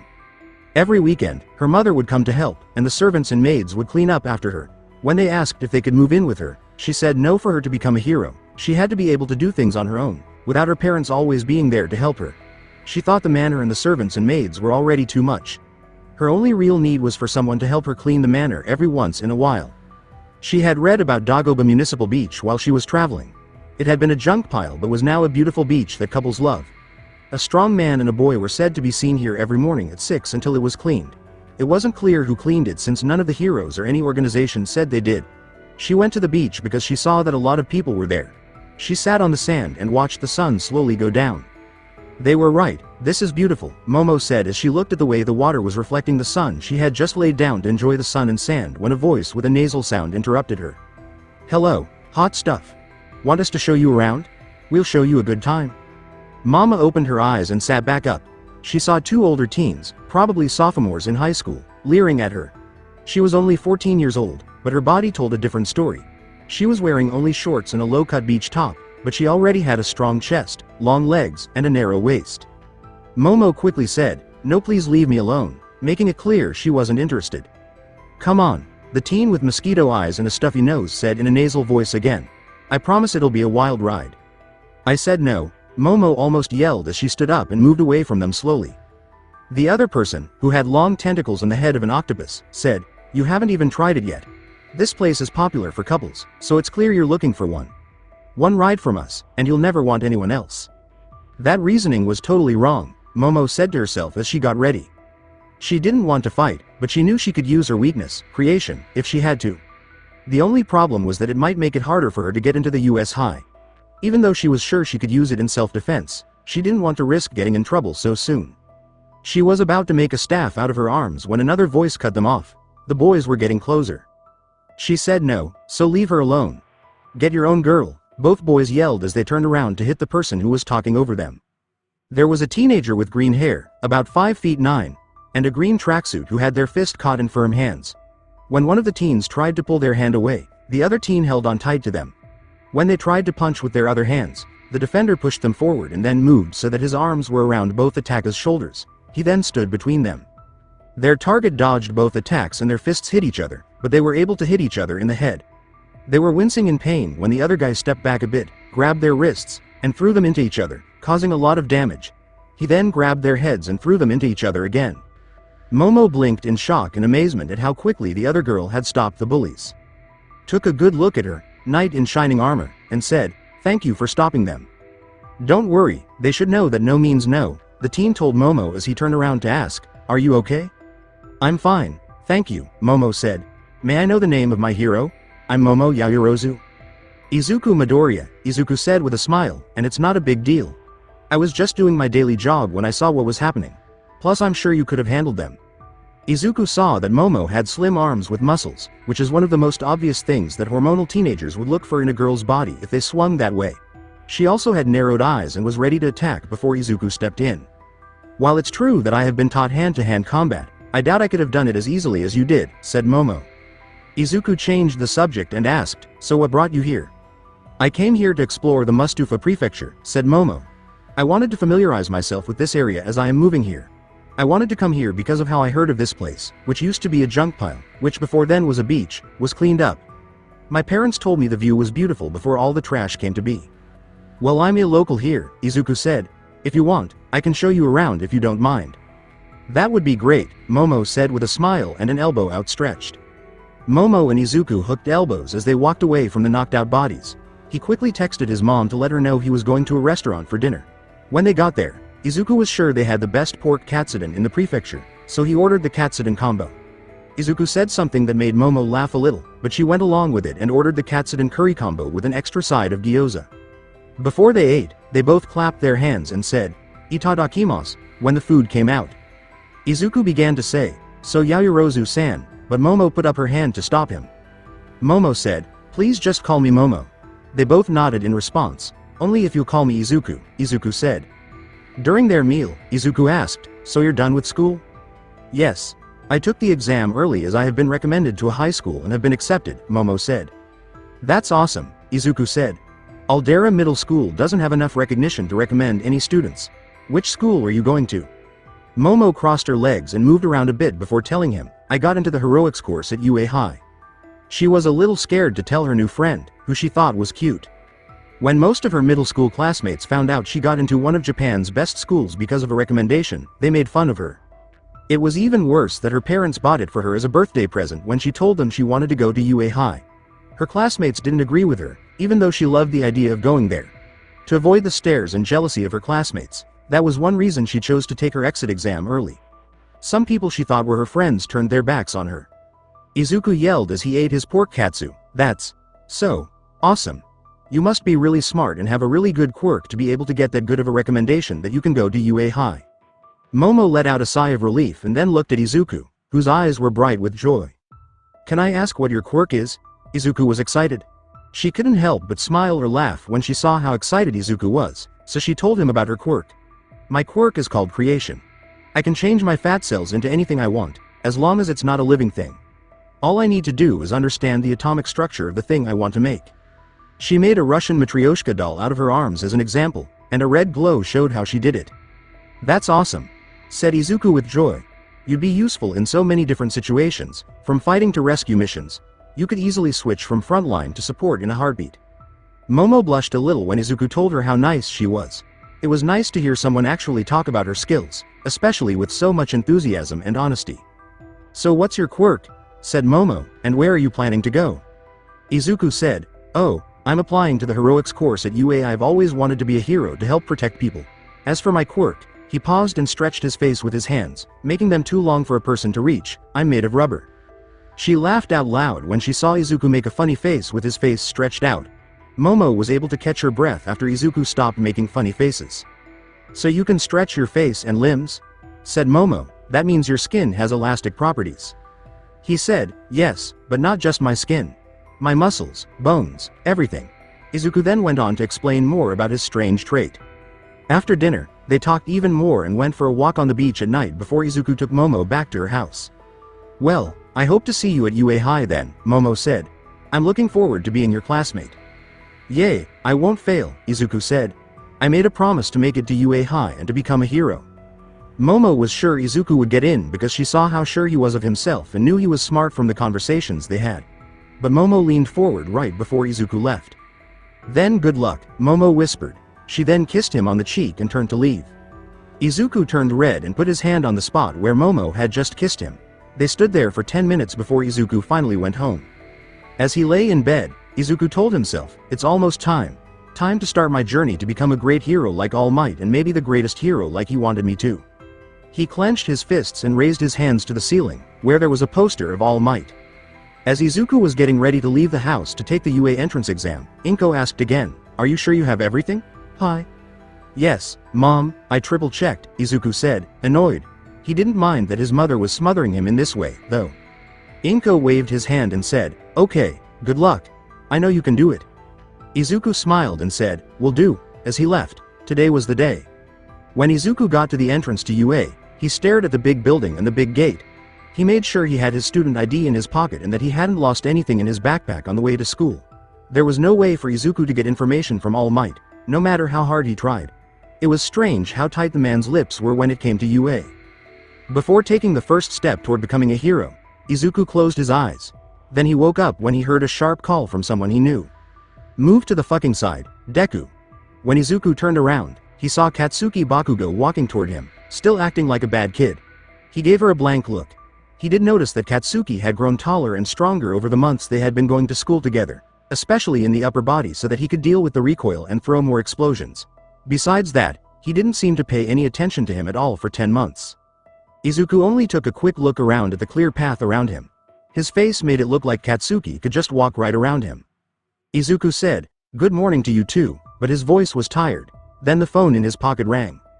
He stepped to the side and stood next to one of the many statues, ignoring Katsuki's follow-up. Katsuki laughed as he went on. With a few messages already on his phone, Izuku pulled it out. 2 were from Itsuka and Momo. 1 was from All Might telling him to show the world what he could do, and 1 was from Inko wishing him luck again. I'm almost there, wait for me to enter with you, it's okay. Good morning and good luck, Izuku-kun. I'll be cheering you on, I know you can make it to UA, and will be waiting for you, Momo. When Izuku saw the messages, he smiled. Then he heard a quiet laugh. He turned to the side and saw a girl with brown hair that reached her neck. Her bangs framed her face and went down to her shoulder, and she was holding her mouth shut with her hands. She tried hard not to laugh, but her cheeks were getting big. Sorry, the girl said with a smile and a wave of her hands in front of her. But you were standing next to a funny head sculpture, and I couldn't help but laugh when I saw you standing on the side, looking so calm. When Izuku turned around, he saw that he was standing next to a hero with a pompadour. She waved her hand and smiled, noticing the pads on her fingertips. I guess he kind of is, she said. But it's better to be smiling than nervous for the test, right? Hey, you're right, said the girl. I feel a lot better taking this test than before, Deku-kun. Izuku stopped moving for a second and raised an eyebrow. He was sure he had never seen anything like this before. Before was a cute and happy girl. Izuku was interested and asked, where did you hear that name? She scratched the back of her head and said, from that kid with the spiked blonde hair earlier. He was pretty loud, so it was easy to miss what he was saying. He called you Deku, so I kind of thought you two were friends and that was your name. Izuku snorted before responding, that would be Katsuki Bakugo, whose temper and voice matches his quirk. We've known each other when we were 3, but we haven't been friends for a long time. My real name is Izuku Midoriya, but Izuku can also be read as Deku from the characters, which means worthless, and has continued calling me that ever since. I'm sorry, the girl said before bowing. I didn't know it was an insult. To me, Deku felt like it was short for Dekiru, which means capable of doing it. I'm so sorry. The girl was pushed back up by Izuku's gentle touch on the shoulder. It's okay. But if you put it that way, I don't mind if you call me Deku then. I like the sound of that. My name is Ochako Uraraka, and you can call me Ochako if you don't mind. The girl blushed a little and quickly introduced herself. Izuku was about to say something else when his name was called. He turned around just in time to see Itsuka Kendo crash into him and give him a tight hug. Have you still been going to Master Rekai's place? Itsuka asked Izuku as she buried his face in her big chest. It's been so long. Good to see you too, Izuku said in a low voice from the valley. Yes, I went there last night. Itsuka-chan, it's getting harder to breathe down here. Do you think you could? She blushed and said, oh, sorry, but she wasn't really sorry as she let Izuku go to breathe. I'm glad so see you're excited for both the exam and seeing each other, said Izuku. Ochako stood off to the side and tilted her head a little to see what was going on. Ah, I should introduce you both, Izuku said as he thought back to the person he had started talking to. Because he was a good person, he wanted Ochako to join the conversation. Izuku reminded the girls that they needed to leave soon as they got to know each other. As the three talked on their way out, there was a midget in the background who was crying and had big purple balls on his head. That jerk, said the little one, getting to feel what it's like to be in between those heavenly valleys so soon. Naturally, a lot of people stayed away from him. For the written part of the test, they were given set seats and writing tools to keep them from cheating. Izuku breezed through it because he was tied for first place at his middle school and worked hard to get ready. The three of them got together for lunch and talked for a while before going to the auditorium for the practical exam. As the group walked into the huge auditorium, they had to split up because they were each given a seat.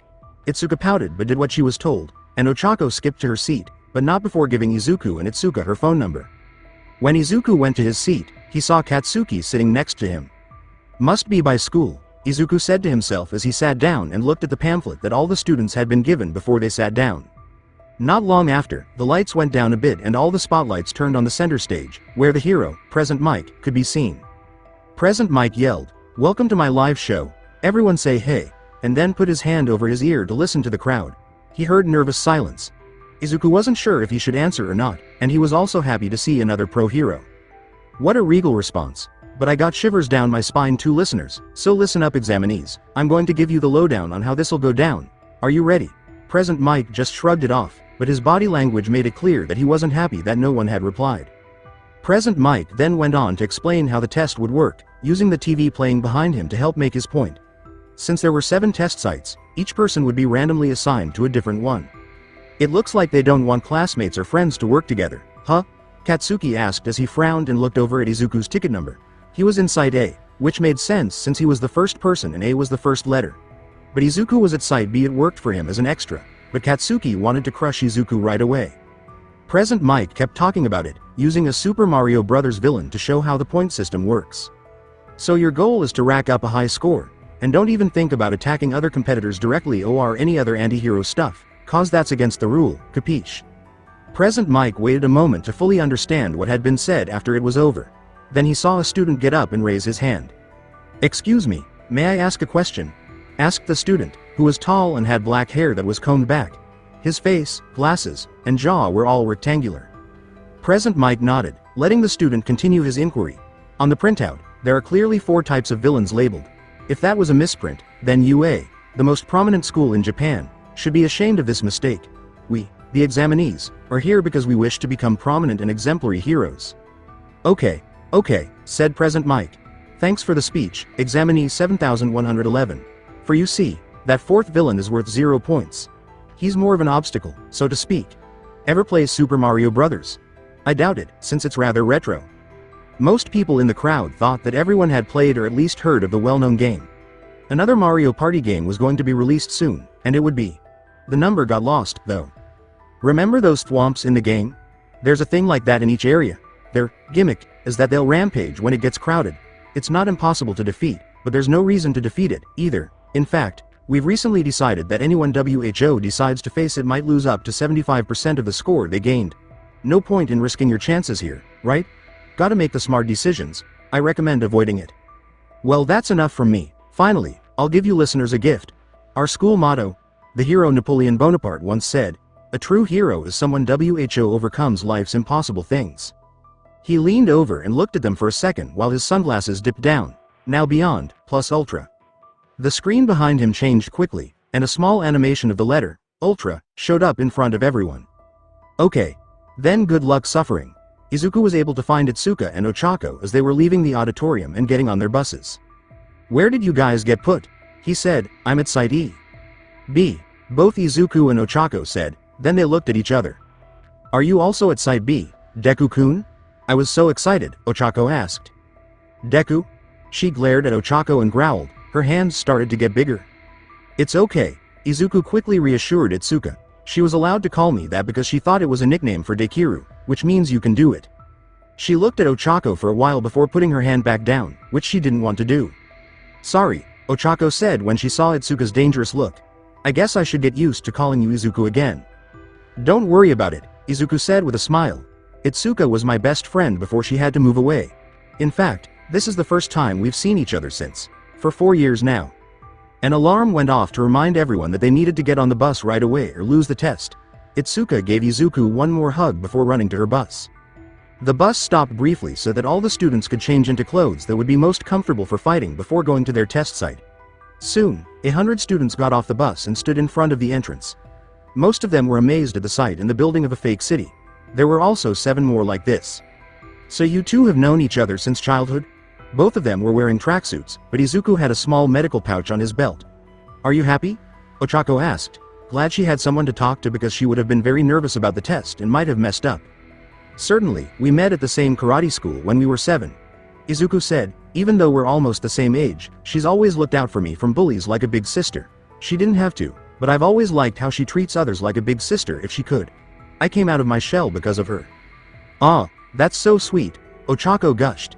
Izuku let out a small laugh before someone put their hand on his shoulders.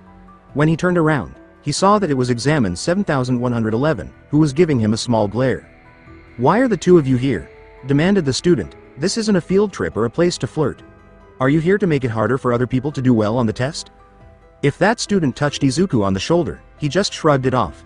He looked around and saw that many of the other students were already thinking that he and Ochako were the weaker ones. All 7 test sites heard a voice all of a sudden.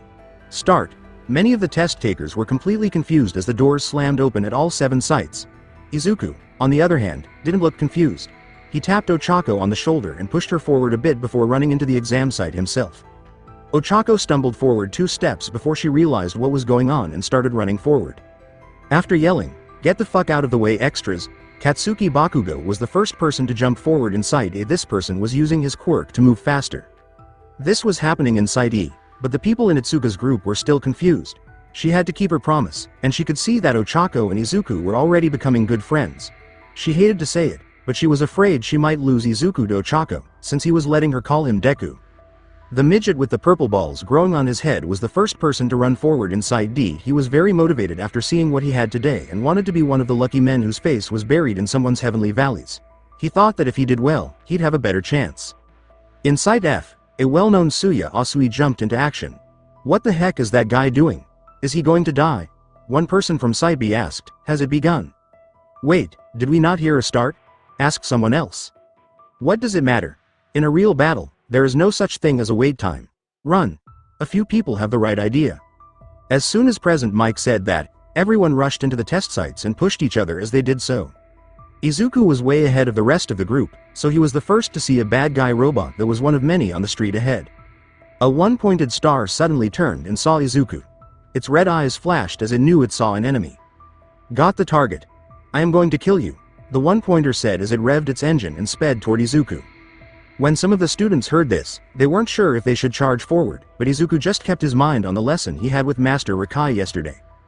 Going back, Izuku was getting ready for the practical exam by making sure he had everything he needed for the day packed. The test was tomorrow, and he wanted to be sure he was ready. Suddenly, my doorbell rang, and Inko popped her head in. Izuku, your dojo master is here and wants to see you right now, Inko said quickly. Master Rikai, Izuku said, I'll be right out, and he quickly put on a shirt and shorts. The next thing they knew, they were in a nearby park, sitting on a bench, Rikai and Izuku. Okay, you're studying for the UA Hero test, right? Rikai asked. Izuku agreed and said, yeah, that'll be the first step toward my dream. I remember the first time you came to my dojo. You were so shy and scared, Rikai said with a laugh. Your mother had to pull you out of that shell before you could become the boy I see now. But let's not worry about that. I did not come here to think about the past. If you join UA's heroic course, Izuku, you probably won't have time to come to my dojo anymore, right? Yes, Izuku said, I'll try to find time. Maybe not 3 times a week like before, but maybe once a week on Saturdays. You taught me a lot, and I will keep learning from you. Bah, it's not like I have much to teach you, Rikai laughed. You're the only student who can do my special footwork, ghost perplexing step, without any problems. I can't do it for more than 5 minutes without getting tired. However, do not worry about not being able to do hero work. You can always become an instructor in my dojo, but enough of that. Izuku quickly followed Rikai as she stood up and took a few steps into an open field. She stopped and turned around to face him. This test could make or break you. Don't be upset if you fail, but I promise you that if you pass, you'll be a great hero one day, Rikai said in a serious tone. Izuku asked, what do I have to do? Just dodge, said Rikai, that's all. I don't care if you can take the hit, but just dodge. Izuku got ready for what was to come, but he was a little confused. He thought Rikai would lash out and hit him with several punches or kicks, which he would have to avoid. Next things that happened, he was scared. The air felt colder all of a sudden, like there was snow outside. Even though we were near trees, the oxygen levels felt like they dropped all of a sudden. While Izuku was trying to stay awake and standing, he felt like he could not breathe. Izuku looked at Rikai, who was making all of this happen. Killing intent was directed at him. Even though he was tough against most blunt force attacks, she could kill him with anything. Rikai slowly raised her arm and hit Izuku in the face with a right straight right.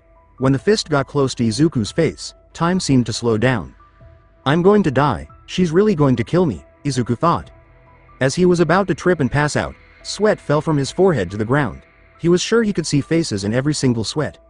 Momo, Itsuka, All Might, Rikai, Nezu, and Gran Torino were some of the people who thought he could be a hero. They all looked like they were trying to tell him something. Then his mother, Inko, was the biggest of them all. Yes, Izuku, you can be one.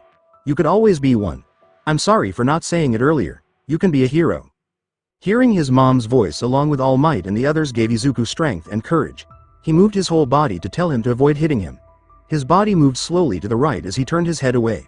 After what seemed like hours, Rekai's fist just missed Izuku's face by a few millimeters. The punch would have hit Izuku if he hadn't moved or slowed down.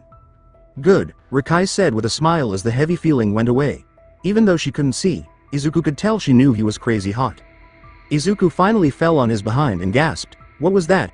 He wiped the sweat off his head with his short sleeves before giving up and taking off his shirt to wipe the sweat off his face. Killing intent, Rikai said. Though I doubt you'll have anything like this in your exam tomorrow, it would be best if you get used to it. When you face a villain who wants to kill you, you can't risk freezing up like you almost did just now. You may not face anyone with such killing intent anytime soon, but the fact that villains will be aiming to kill you when you try to stop them. While he was able to stop sweating, Izuku nodded to show that he understood. Even if Rekai's attack hadn't really hurt him, he knew that Rikai had taught him that he couldn't stop moving when he entered the heroic world. Flashback as over Izuku clenched his teeth with excitement as he jumped into the air as the bad guy used its hand to fire bullets. The robot started to change its aim, but Izuku flipped in the air, stretched his legs out 10 meters, and hit it with an axe kick, which broke its head. After he landed it, he reached out and grabbed a 3-pointer villain. He then dragged it and made it crash into a 2-pointer, where they both went off. He quickly looked around and saw a 2-pointer on the roof of a building right before the cross street. Its gun was pointed at him from its tail. He quickly moved his feet to avoid the bullets, making it hard for the bad guy bot to aim. Then he reached out and grabbed the edge of the roof with his arm. He made sure his grip was tight and then jumped at the 2-pointer and made it. He saw a group of 6 bad guys, 2 of each point value, gathered together while he was in the air for a moment. He quickly threw his arms out to the nearby buildings and then threw himself right at the group. Ochako, who was ahead of the group, and the other student who had just been scolding the 2 students got to the cross street just in time to see Izuku throwing a bunch of punches at the robots. His arm was outstretched as the punches hit hard enough to destroy the robots. As the destruction began, Izuku landed just as the last bad guy's bot blew up, casting a shadow over his body. Ochako looked at Izuku and said, "So cool." She then blinked and blushed, slapped herself quickly, and turned away from Izuku. Going the same way as Izuku would hurt her chances of getting into UA, and she wanted to get in so she could be in the same class as Izuku. She moved her mind through that train of thought. It was her goal to make enough money so her family could live happily ever after. Tenya Iida, the stiff one with a quirk named Engine, stiffened up when he saw the damage. He then used his quirk to speed away from Ochako and Izuku. He told himself he was a little too easy on the 2 of them because they were the first ones to act. Izuku cheered, "Let's see, 19 points, sweet," and then ran off in a different direction. The crowd got to the crossroads and looked around to see how much damage had been done. Most of them chose to run away from the path of destruction because they knew there would probably be fewer points there. Some people took a chance and chose where Izuku went when there were fewer people around. One of the people being tested, who had white hair, a mask, and many tentacles, followed Izuku's path but climbed up to see where the other bad guys were. And at the same time, in the observation room, UA was keeping an eye on what was going on in each site using a very large screen with many windows open. Each window kept an eye on a different student or situation so that the staff could see what was going on and make decisions. In the end, this test was about intelligence, mobility, making decisions, and fighting skills, all of which are needed to keep the peace in cities. "Quite a crop this year, isn't it?" asked a woman in a husky voice that would make many men give in. "No, not quite," Toshinori rasped in his true form, whistling as he opened the barrier that was protecting the big red button. Toshinori pressed the red button after saying, "Their real test has yet to come." All of the testing sites saw the fourth bad guy bot take on a huge form, and a worker who looked like a cement block asked a question. "I know traditionally in the past, we just recommended students to avoid the 0-pointers. We've never actually told them that they deducted points in the past. So why the trickery now?" Toshinori said, "To show their true nature, when faced with an impossible obstacle with a severe penalty, their true self comes forth." He frowned as he saw students running away from the bad guy, some of them pushing others to get away. He was happy, though, when he saw that his replacement did exactly what he thought he would do. Play back a few minutes earlier. Izuku smiled as he kicked a 3-pointer rocket launcher away from him and into another robot, then slammed his fist through the middle of it. "And that's 62. He looked around as he pulled his fist back out and saw other people killing more and more bad bots. He saw one sneak up on another contestant. The other contestant turned around and tried to fight back, but the bad guy bot was faster. It would have been if Izuku hadn't kicked a piece of the destroyed bot right into the attacker, hurting them and making them trip, but not enough to destroy the attacker and get Izuku points. They quickly used this to their advantage and destroyed the robot while yelling, 21, and then running off to find another one. Izuku didn't mind that he didn't even thank him or look around to see who helped. Izuku knew he could have gotten those points and even more than his current score if he hadn't stopped to help other people avoid getting hurt by sneak attacks or not realizing how bad things were. He knew he had to help people when they were in trouble, just like All Might would. He also hadn't used One for All yet. Izuku wanted to pass the test with just his one quirk. You could call it stubbornness or pride. It didn't make sense for him to use One for All since he wasn't in danger of dying. Present Mike yelled, 2 minutes left, to remind them all the time. Izuku said in his head, well then, on to the next area, as he was about to slingshot himself to a rooftop and felt the ground shake. He looked toward the source and saw a group of people being questioned in a cloud of dust that was getting bigger. When everyone looked up, they saw a huge machine that was taller than most of the buildings. It raised its fist and slammed it into the ground, making its green armor and red eyes look scary. Its punch sent out a shockwave that made a lot of people cover their eyes as dust flew by. Izuku slowly lowered his arms and saw people running past him. He thought, holy crap, that's big. I'm sorry. I boasted I could beat games without purchasing in-game apps, but I always did, a student said. I only picked on you so much because I liked you, yelled another girl as she ran away. Izuku thought, okay, it's not like it's the end of the world, as he heard a few more confessions. As he was about to turn around, he heard a voice that sounded a little like it was from before. Ow. Izuku narrowed his eyes as he saw Ochako struggling to get out of the mess the bad guy bot had made. A piece of the mess had landed on her leg, making it impossible for her to get away. Izuku could see other people trying to get away but getting hurt by the first shockwave. Izuku ran forward right away, going around Tenya on the way. What is he doing? Did he forget that fighting the fourth villain bot costs a lot of points? Oh shit, Tenya thought as he turned his head to look back. Even so, Izuku didn't want to fight. He reached out and grabbed random people, quickly tossing them back to safety before he reached Ochako. Everyone he grabbed landed safely on their feet, then ran away without even saying thank you. Deku-kun. Ochako coughed. Don't worry, I got you, Izuku said with a smile. He quickly punched the wreckage to free her leg and then saw the huge robot getting very close. He ran quickly, using the Ochako bride style to avoid the fist, but he kept running. No, leave. As Izuku turned around, he saw another student with a bald head and jumpers crying as he tried to crawl away as the giant robot's hand started to fall on him. He quickly started to come up with plans to try to save him, but all but one would work. Too many students were slowly limping away, but they wouldn't be fast enough unless he went with this plan. Here, take her to safety, Izuku told Tenya, who had stopped to see what he was doing. Wait. Where are you going? Deku-kun? I feel like I'm being put on Tenya's hands, Ochako cried. Yes, we really need to leave, Tenya insisted before she saw that the other student was in trouble. Izuku smiled as he turned around and said, doing what's right. One for all. 60%. Izuku told himself in his mind as he finally used one for all. This wasn't just for points anymore, it was to keep other people safe. He chose 60% because he could control his speed without going too fast or getting too focused on one thing. No. Hold on, Deku-kun, screamed Ochako, making everyone running away stop and look around out of curiosity. Izuku was running so fast that Tenya was shocked. She tried to reach out and touch him with all 5 fingers so that her quirk could stop him. His back seemed so big and protective that it would be easy to touch, but all she felt was air as Izuku ran forward. No. A giant hand is coming, yelled the skinhead as he curled up into a fetal position to hide. He felt someone rush past him and heard metal bending. When he looked up, he saw Izuku standing above him and striking the giant robot's hand with his right hand in a tiger fist strike. The robot stumbled back a bit and tried to attack again, but Izuku stopped it. Izuku jumped into the air and stretched his arms back toward the ground. He did this until he was facing the huge robot and his arms were 30 meters behind him. One for all, Izuku said, his eyes closing in concentration, 100%. It's not worth it to play that fake bad guy, especially since it costs so many points, Toshinori said, grinning wildly at what he saw. But that in itself creates an opportunity. For those to rise up to the challenge. For it to shine brightly and rise to the surface. The staff leaned forward, both nervous and excited, as they watched Izuku jump forward without fear.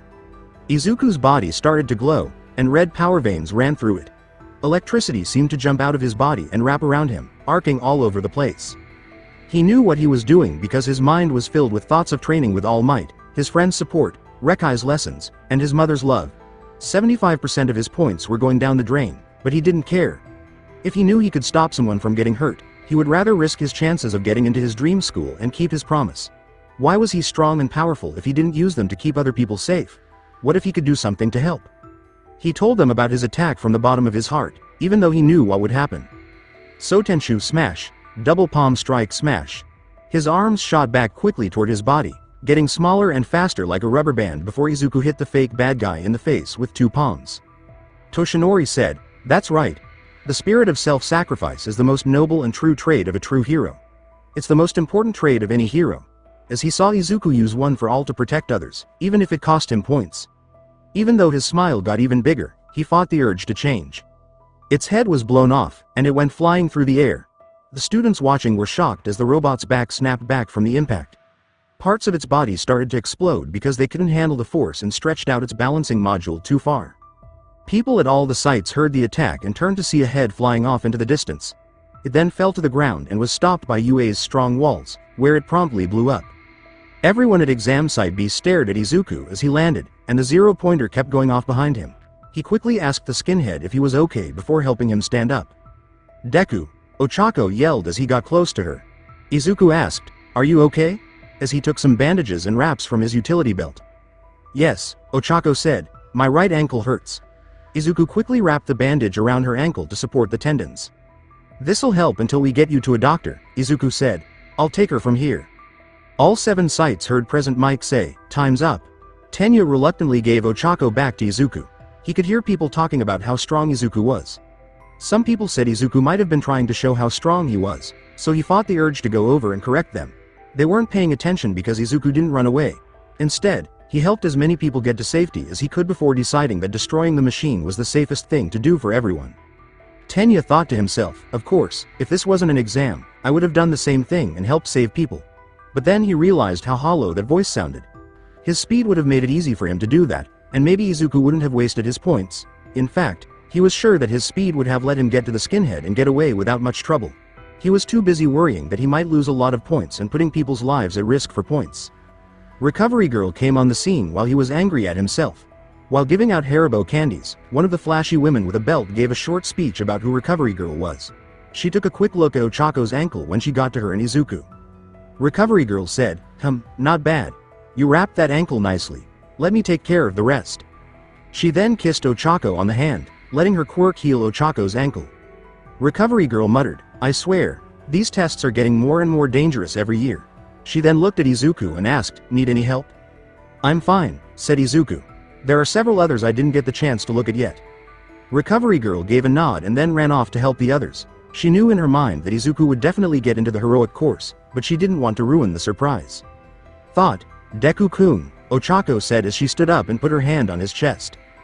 Don't worry, I'll make it up in the reading and theory, Izuku said with a smile, then laughed a little and said, Shi. Tenya and Ochako could see right through the joke, but they couldn't do anything about it because they were being pushed back into the bus. After a few minutes of silence, they were back at the UA free to get in and go. Sorry, Ochako, I know we said we'd hang out with Itsuka for a while, but… Izuku said as he walked away. Deku, Ochako whispered, and her heart beat almost too fast. Itsuka waved at Ochako and asked, Uraraka-san, where's Izuku? Kendo-san, Ochako said in a sad voice, and Itsuka stopped moving when she saw her face. Just as she was about to ask what happened, the skinhead Izuku had saved walked by with his friends. Haha, I was worried about that kid with green hair, freckles, and extendable limbs, said the skinhead. But he did us all a favor and attacked the big villain robot. Now his chance of getting in is lower while mine is higher. I heard he got 60-something points before attacking it, now it's in the 10s while I got 48 points, what an idiot. The skinhead was yelled at by Ochako, you jerk, Deku gave up his points to save you and the others, what right do you have to call him stupid? Well, if he was smart enough, said the skinhead, then he should have known that we were never really at risk. Sure, he charged forward, but he should have used his brain to realize that it was just a hoax. They would have never really hurt us, then again, maybe he's all brawn and no brain. Says the one who was crying for his mommy in a fetal position, Ochako said loudly. Why are you so weak?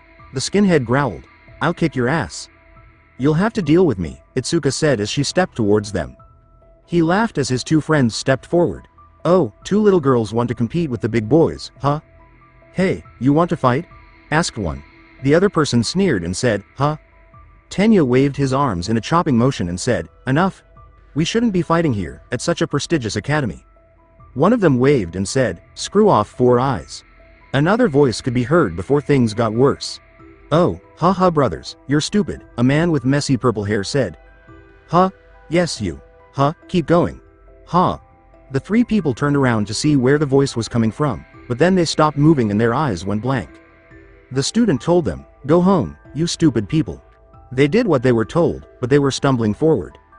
Ochako said, thanks, but he wasn't sure what had happened. Thanks for nothing, they were in my way, the student with purple hair grunted as he walked away. Uraraka-san, what happened? Itsuka asked. Itsuka could only clench her fists in anger and helplessness as Ochako told her the story. She was about to cry. As a child, Izuku always stepped in to help others, even if it put him in danger. As soon as Ochako was done, she made up her mind and ran straight for the UA building to look for a staff member. They were going to listen to her. Tenya quickly followed Itsuka and Ochako. He also chose what he would do to get back at Izuku for being selfish. A man with shaggy hair and bags under his eyes looked at the noise and then remembered the face of the kid with purple hair. Momo was reading some advanced chemistry books at her desk to make her quirk even stronger. Looking at her phone, she saw that it was almost time for UA High finish the entrance exam and was looking forward to Izuku's text message. They were going to celebrate by going to a nice restaurant for dinner, which was her treat because it was a bit pricey. She was so sure he was going to get in.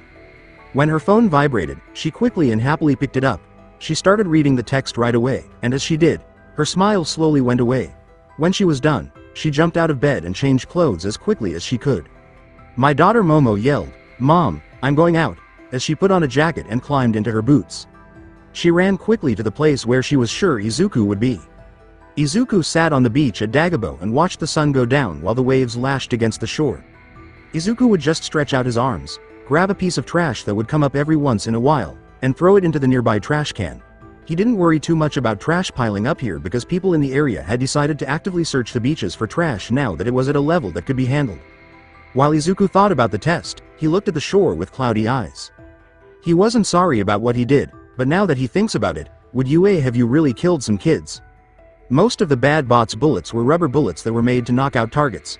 Recovery Girl could have healed most of the students, if not all of them. He had forgotten about her. With the fact that no one had been hurt before, it was very unlikely that the skinhead was in real danger. Still, it hurt that he ruined his own chances of getting into UA right now. He felt like he would be failing all might if he didn't get in. His dream and promise came down to this choice. When he got home crying, his mom couldn't do anything but hug him and let him cry on her shoulder. Izuku then dropped his things and went to the beach. I guess Bakugo would be happy if I didn't make it in. Izuku laughed in a sad voice. He did say he wanted to be the only one to make it in.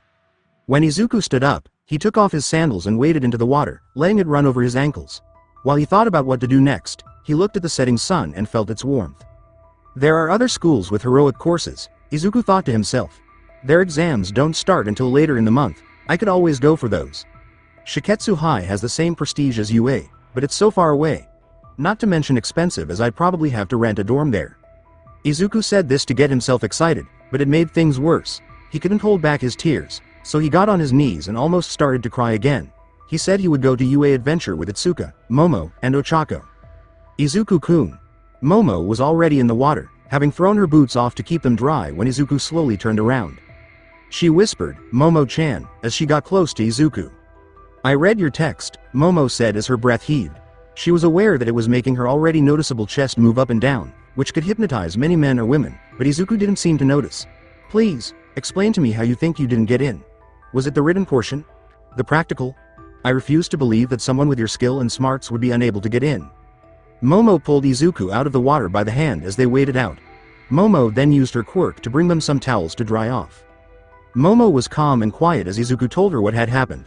Momo had a lot of time to think about what he had said after he was done telling the story. Momo gave Izuku a hug and said, "Oh, you're so kind. You always look out for other people. But if you think about it more, you'll find the answer. I know you made it in." "Huh?" Izuku asked, not being able to think of a smart answer. Momo let out a soft giggle, and as they pressed on his body, her chest moved a little. Izuku had to hold back a blush because she was now very aware of her chest. "Tell me, what makes a hero?"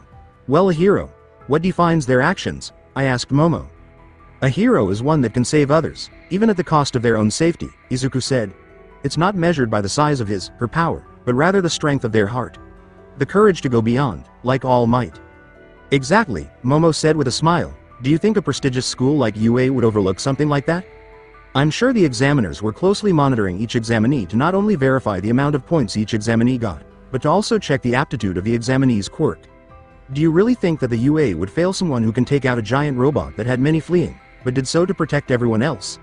I doubt All Might nor any other heroes would agree with their decision to fail you." Izuku started to say, "So the last boss," but stopped short. "Most likely just a lie," said Momo. "There has to be something else within the system. It can't just be solely comprised of villain points." As Izuku thought about this, Momo gave him another hug and said, "Plus, if my analysis is wrong and you don't get in, I would be very upset and turn down their offer. I will not go to a school that doesn't represent what a hero is." Izuku softly said, "Momo-chan," as Momo put her arms around him. They looked at each other's faces for a while and then, "Izuku. Deku-kun. Which name is it? I cannot tell which one it is if you two say different names, unless his full name is Izuku Deku." After being shocked, Izuku and Momo quickly jumped apart and turned to look for the source of the voices. It caught Izuku off guard to see Itsuka, Ochako, and Tenya all looking for him. Itsuka yelled, "Izuku!" when she saw him and then ran up to him and gave him a big hug. "Don't run off like that." "Why are you guys here?" Izuku asked, still not understanding. "How did you know I'd be here?" "I asked Inko Obasan where you might be," said Itsuka. "These two wanted to come with me." "Indeed, I am Tenya Iida," Tenya told Izuku. "I wished to come so I could apologize for my actions earlier, both prior and during the exam. And I wanted to see if you were alright," said Ochako. "Deku-kun, I know that you'll make it.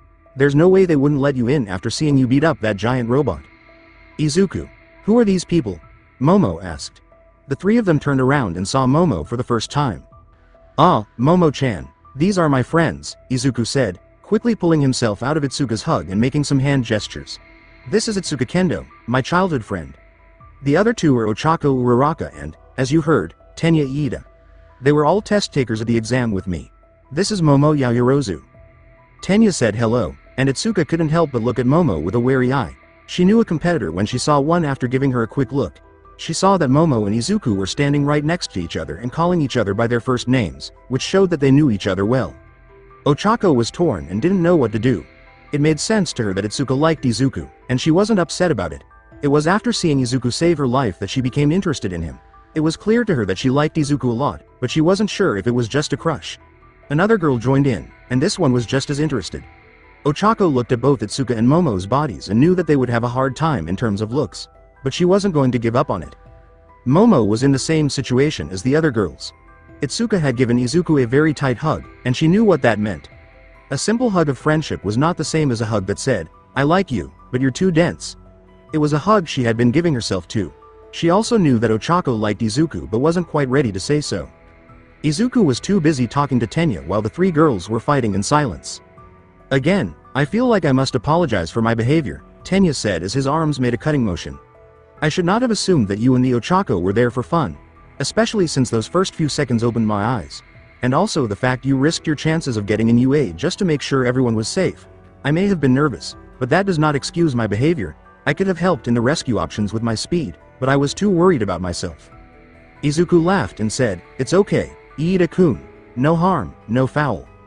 During the quiet fight between the three girls, Tenya spoke up and asked Momo, "Are you from the Yaoyorozu family that owns many banks? And if you are you just visiting?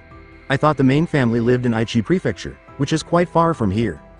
"Yes, my father and mother are the CEO and COO of the company," Momo said, making the other two girls cringe at how rich she was. "I am currently living at a nearby home, though."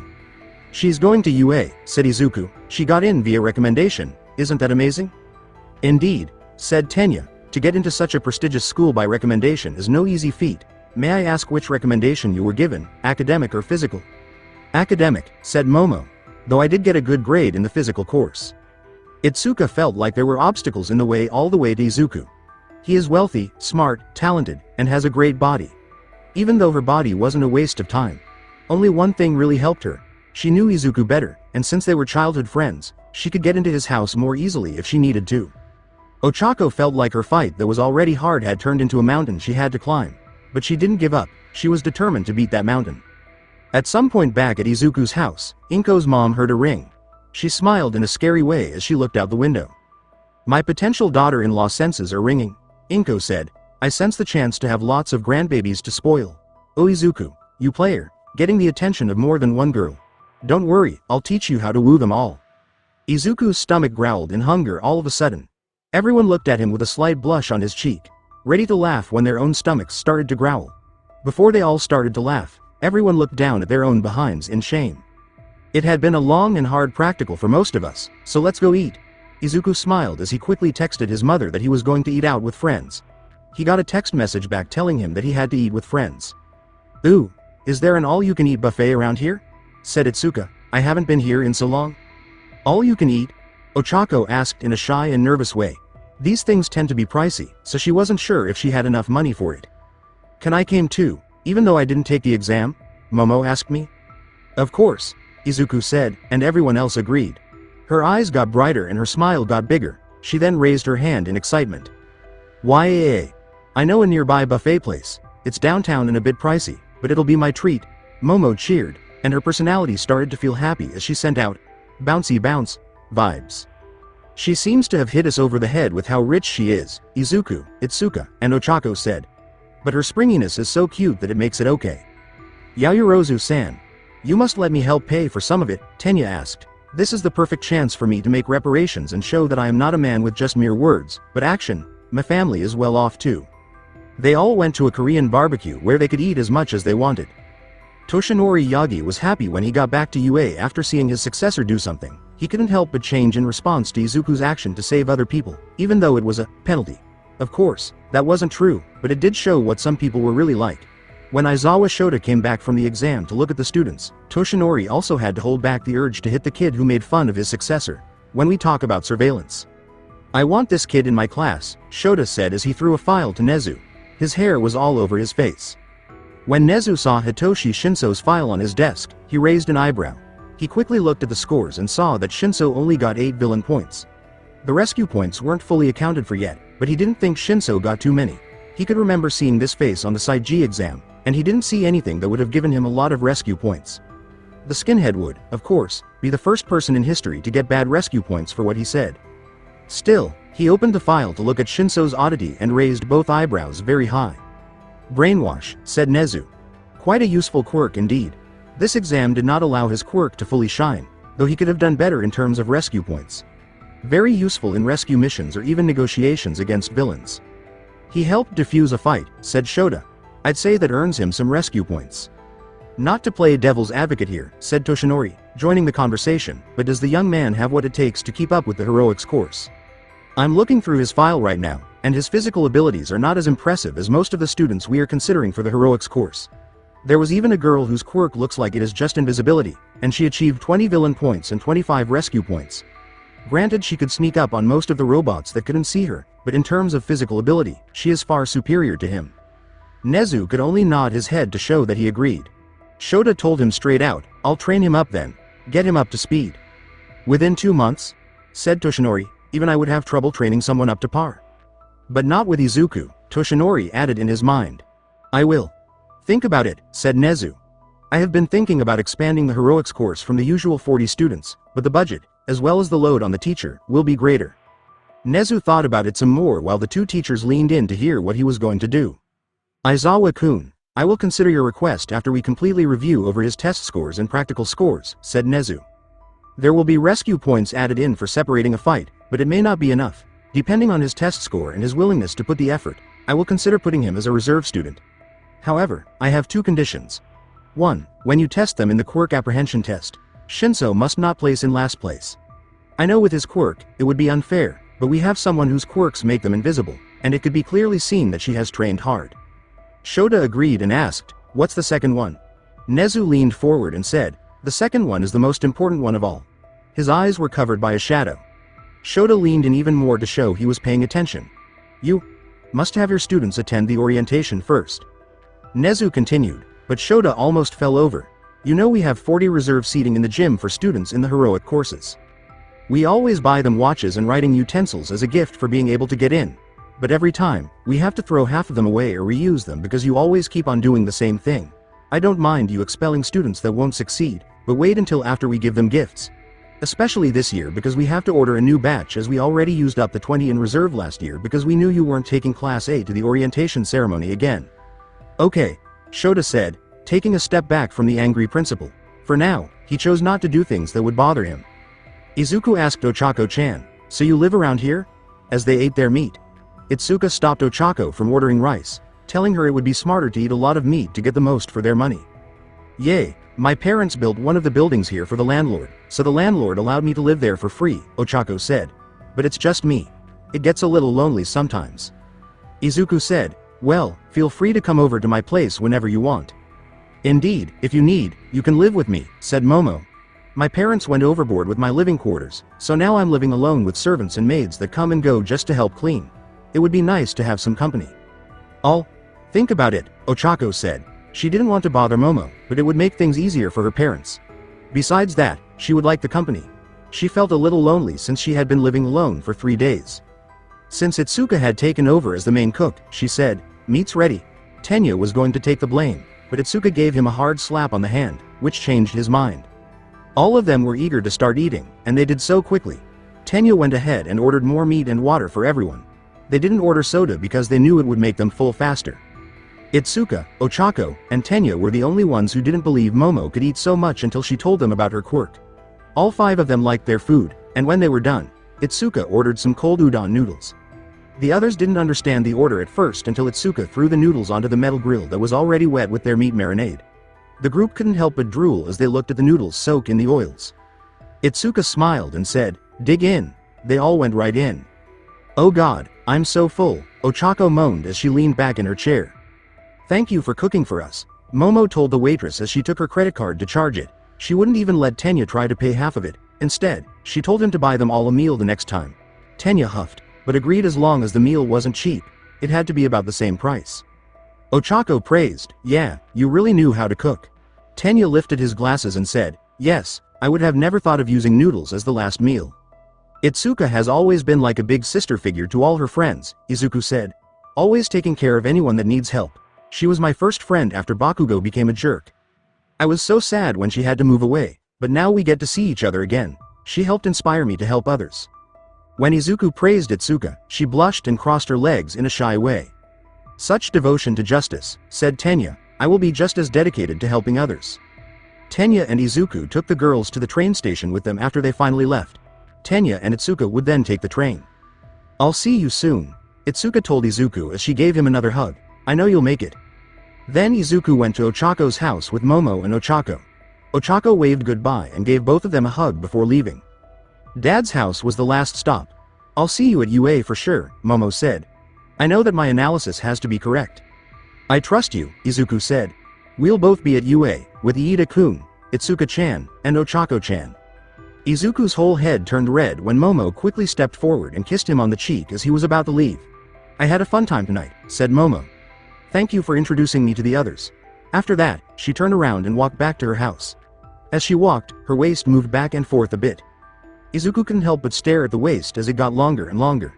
He finally shook himself out of the trance by shaking his head and running back home quickly. So that's it for today. I will continue the story in next part. Till then, bye bye.